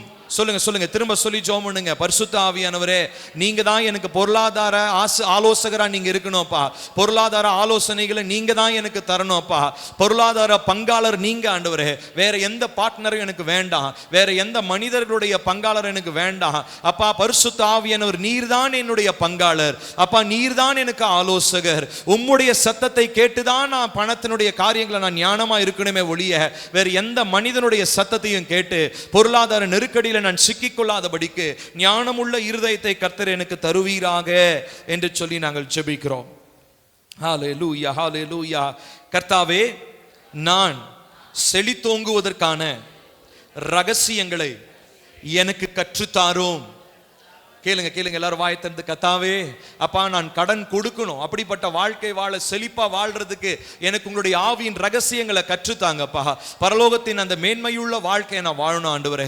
பரலோகம் விரும்புகிற அந்த வாழ்க்கையை நான் வாழணும், பிதாவுடைய சித்தத்தின்படி நான் வாழணும். அந்த ரகசியங்களை எனக்கு வெளிப்படுத்துங்க. சில நேரங்களில் நாம் ஜெபிக்கும் பொழுது கர்த்தர் அதை வெளிப்படுத்துவார். அதனால தான் அந்த இரவு நேரத்தில் அந்த 1 மணி நேரம் நம்ம ஆவியில நிரம்பி ஜெபிக்கும் பொழுது நம்மை அறியாமலே நம்முடைய ஆவியிலே கர்த்தருடைய ஆவியானவர் பலவிதமான வெளிப்பாடுகளை நமக்கு தருவார். We are being led into deeper revelations when we are praying in the spirit. ஆகையினால தான் அந்த ஆவியில ஜெபிக்கிற அந்த 1 மணி நேரத்தை உதாசீனப்படுத்த கூடாது என்று சொல்லி நாம் சொல்லுகிறோம். ஆகையினால நம்ம கேட்கலாமா? கர்த்தாவே அப்பா நான் ஜெபிக்கும் பொழுது அப்பா எனக்கு ஆவிக்குரிய ரகசியங்களை கற்றுத்தாங்க. பொருளாதார காரியங்களை நான் எப்படி இருக்கணும், எப்படி நான் சேமிக்கணும், என்ன காரியங்களை செய்யணும்ன்ற அந்த ஞானமுள்ள இருதயத்தையும் பொருளாதார ரகசியங்களை எனக்கு கற்றுத்தாங்க. இன்னைக்கு எத்தனையோ பேர் பொருளாதார ஆலோசகர்களை வச்சு கடன் பிரச்சனையில மாட்டிக்கிட்டு இருக்கிறவங்க இருக்கிறாங்க. கோடிக்கணக்கில் முதலீடு செஞ்சு பண பிரச்சனையில மாட்டி ஊரை விட்டு நாட்டை விட்டு வெளியேறினவங்க இருக்கிறாங்க. ஆனா நாங்க அப்படிப்பட்ட அவமானமோ நிந்தையோ எங்களுக்கு இல்லாம, நாங்க யாருக்கும் அடிமைப்பட்டவங்களா இல்லாம பரிசுத்த ஆவியானுடைய ஆலோசனையை கேட்டு ஞானமா எங்களுடைய பொருளாதாரத்தில் இருக்க கர்த்தர் எங்களுக்கு உதவி செய்வீராக என்று சொல்லி நாங்கள் ஜெபிக்கிறோம். ஹல்லேலூயா, ஹல்லேலூயா. நம்ம எல்லாரும் கண்களை மூடி தேவனை நோக்கி பார்க்கலாமா? கர்த்தாவே, இந்த நாளிலே அப்பா எங்களுடைய வாழ்க்கையிலே இந்த ஞானத்தை கர்த்தர் தந்ததற்காக ஸ்தோத்திரம். நாங்கள் ஞானமுள்ள இருதயத்தோடு அப்பா நாங்கள் இந்த பொருளாதாரத்தை ஜாக்கிரதையாய் கையாள எங்களுக்கு உதவி செய்யுங்க. ஏனென்று சொன்னால் எங்களுடைய சாதுரியமோ, எங்களுடைய திறமையோ, எங்களுடைய பலனோ, இது எதினாலும் எங்களுடைய கையில பணம் வரல ஆண்டவரே. உங்க சுத்த கிருபை ஆண்டவரே. நீங்க கொடுத்த பணம் ஒரு பைசாவா இருந்தாலும் அது உங்களிடத்திலிருந்து வந்தது. ஆகையினால இது எல்லாவற்றையும் உங்க கரங்களை நாங்க கொடுக்கிறோம். ஞானமாய் இந்த பொருளாதார காரியங்களில் நாங்கள் செயல்பட எங்களுக்கு கர்த்தர் உதவி செய்வீராக. இதற்கு முன்னாடி நாங்க தேவையற்ற இடங்களிலே நாங்கள் எங்களுடைய அறிவீனத்தினாலே அப்பா நாங்கள் கவலையற்று இருந்ததினாலே, நாங்கள் பிசாசுடைய பிடியில் இருந்ததினாலே நாங்கள் போய் விதமான காரியங்களை நாங்கள் சிக்கி கொண்டு இருக்கிறோம். ஆனாலும் கர்த்தாவே, இந்த நாளிலே எங்களுக்கு ஒரு விடுதலையை தந்ததற்காக உமக்கு நன்றி என்று சொல்லுகிறோம். எத்தனை பேர் விசுவாசிக்கிறீங்க கர்த்தர் உங்களுக்கு விடுதலையை தந்தார்னு சொல்லி கரங்களை உயர்த்தி பெற்றுக்கொள்ளுங்களேன். கர்த்தாவே, இந்த நாளிலே பொருளாதார நெருக்கடியிலிருந்து இயேசுவின் நாமத்தினாலே நான் விடுதலையை பெற்றுக்கொள்கிறேன். கரங்களை உயர்த்தி கன்ஃபஸ் பண்ணுங்க பார்க்கலாம். விசுவாசத்தோடு அதை அறிக்கை பண்ணுங்க. இயேசுவின் நாமத்தினாலே எல்லா பொருளாதார நெருக்கடியிலிருந்து நான் விடுதலையை இயேசுவின் நாமத்தில் பெற்றுக்கொள்கிறேன். திரும்ப சொல்லுங்க. எல்லா விதமான பொருளாதார நெருக்கடியிலிருந்து இயேசுவின் நாமத்தினாலே நான் விடுதலையை நான் பெற்றுக்கொள்கிறேன் in the name of Jesus. கர்த்தாவே, இந்த நாளிலே அப்பா தங்களுடைய வாழ்க்கையில இந்த முக்கியமான தீர்மானத்தை எடுத்து இந்த பண காரியங்களிலே உம்முடைய ஞானம் இல்லாமல், உம்முடைய அறிவில்லாமல் செயல்பட்டதற்காக மனம் வருந்தி தங்களை கர்த்தருடைய சமூகத்திலே ஒப்பு கொடுத்து ஜெபித்த ஒவ்வொருவர் மேலும் கர்த்தர் இந்த நாளிலே அப்பா ஒரு விசேஷித்த கிருபையை தாங்க.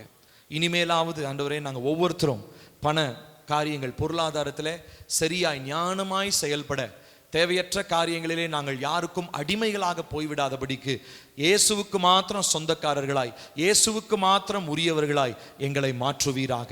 இந்த முழு உலகமும் இந்த தேசம் பொருளாதார நெருக்கடிக்குள்ளாக போனாலும் உம்முடைய பிள்ளைகளாகிய நாங்கள் அப்பா உம்முடைய நிறைவினாலே, உம்முடைய ஆசீர்வாதத்தினாலே நாங்கள் போஷிக்கப்படுகிறோம் என்பதை நாங்கள் நிச்சயமாக நம்புகிறோம். எத்தனை பேர் அதை நம்புறீங்க? கரங்களை உயர்த்தி ஏசப்பா நாங்கள் அதை நம்புறோம்னு சொல்லி அறிக்கை பண்ணுங்களேன். ஏசப்பா, we believe that you will sustain us Lord. எங்களை நீங்க போஷித்து எங்களை வழிநடத்த நீங்க போதுமானவர் ராஜா.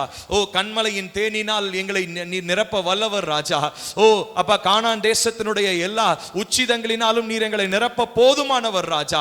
எல்லா ஆசீர்வாதங்களும் எல்லா நன்மைக்கும் ஊற்றும் காரணருமாய் இருக்கிறவரே, நாங்கள் உம்மை நோக்கி பார்க்கிறோம் ராஜா. இந்த நாளிலே தங்களுடைய கரங்களை உயர்த்தி உம்முடைய சமூகத்திலே பொருளாதார காரியங்களிலே உதவி செய்யும்படியாய் அப்பா தங்களுடைய நிலையை உணர்ந்து கொண்டு அதை அறிக்கை செய்து அப்பா மனம் திரும்பி தங்களுடைய பாவத்தை விட்டு இந்த நாளிலே கர்த்தருடைய சமூகத்தில் இந்த பொருளாதாரத்திற்காக ஜெபிக்கிற ஒவ்வொரு பிள்ளைகளுடைய வாழ்க்கையிலும் இந்த நாளிலிருந்து Lord I pray there be a divine manifestation of miracles Lord. ஓ, அதிசயமான அற்புதமான அப்பா பொருளாதார தேவைகளை சந்திக்கப்படுகிற காரியங்கள் உம்முடைய கரத்தினாலே உண்டாகும்படி நாங்கள் ஜெபிக்கிறோம். அந்த அற்புதங்களை செய்யுங்க. சாட்சியா நீங்க நிறுத்துங்க. ஆபத்து காலத்துல கூட நாங்க மற்ற மனிதரை நோக்கி பார்க்காம நாங்க இருக்கிற இடத்துல உங்களை நோக்கி பார்த்து உங்க கையினாலே எங்களுடைய ஆசீர்வாதங்களை பெற்றுக்கொள்ள கர்த்தர் எங்களுக்கு உதவி செய்வீராக என்று சொல்லி நாங்கள் ஜெபிக்கிறோம்.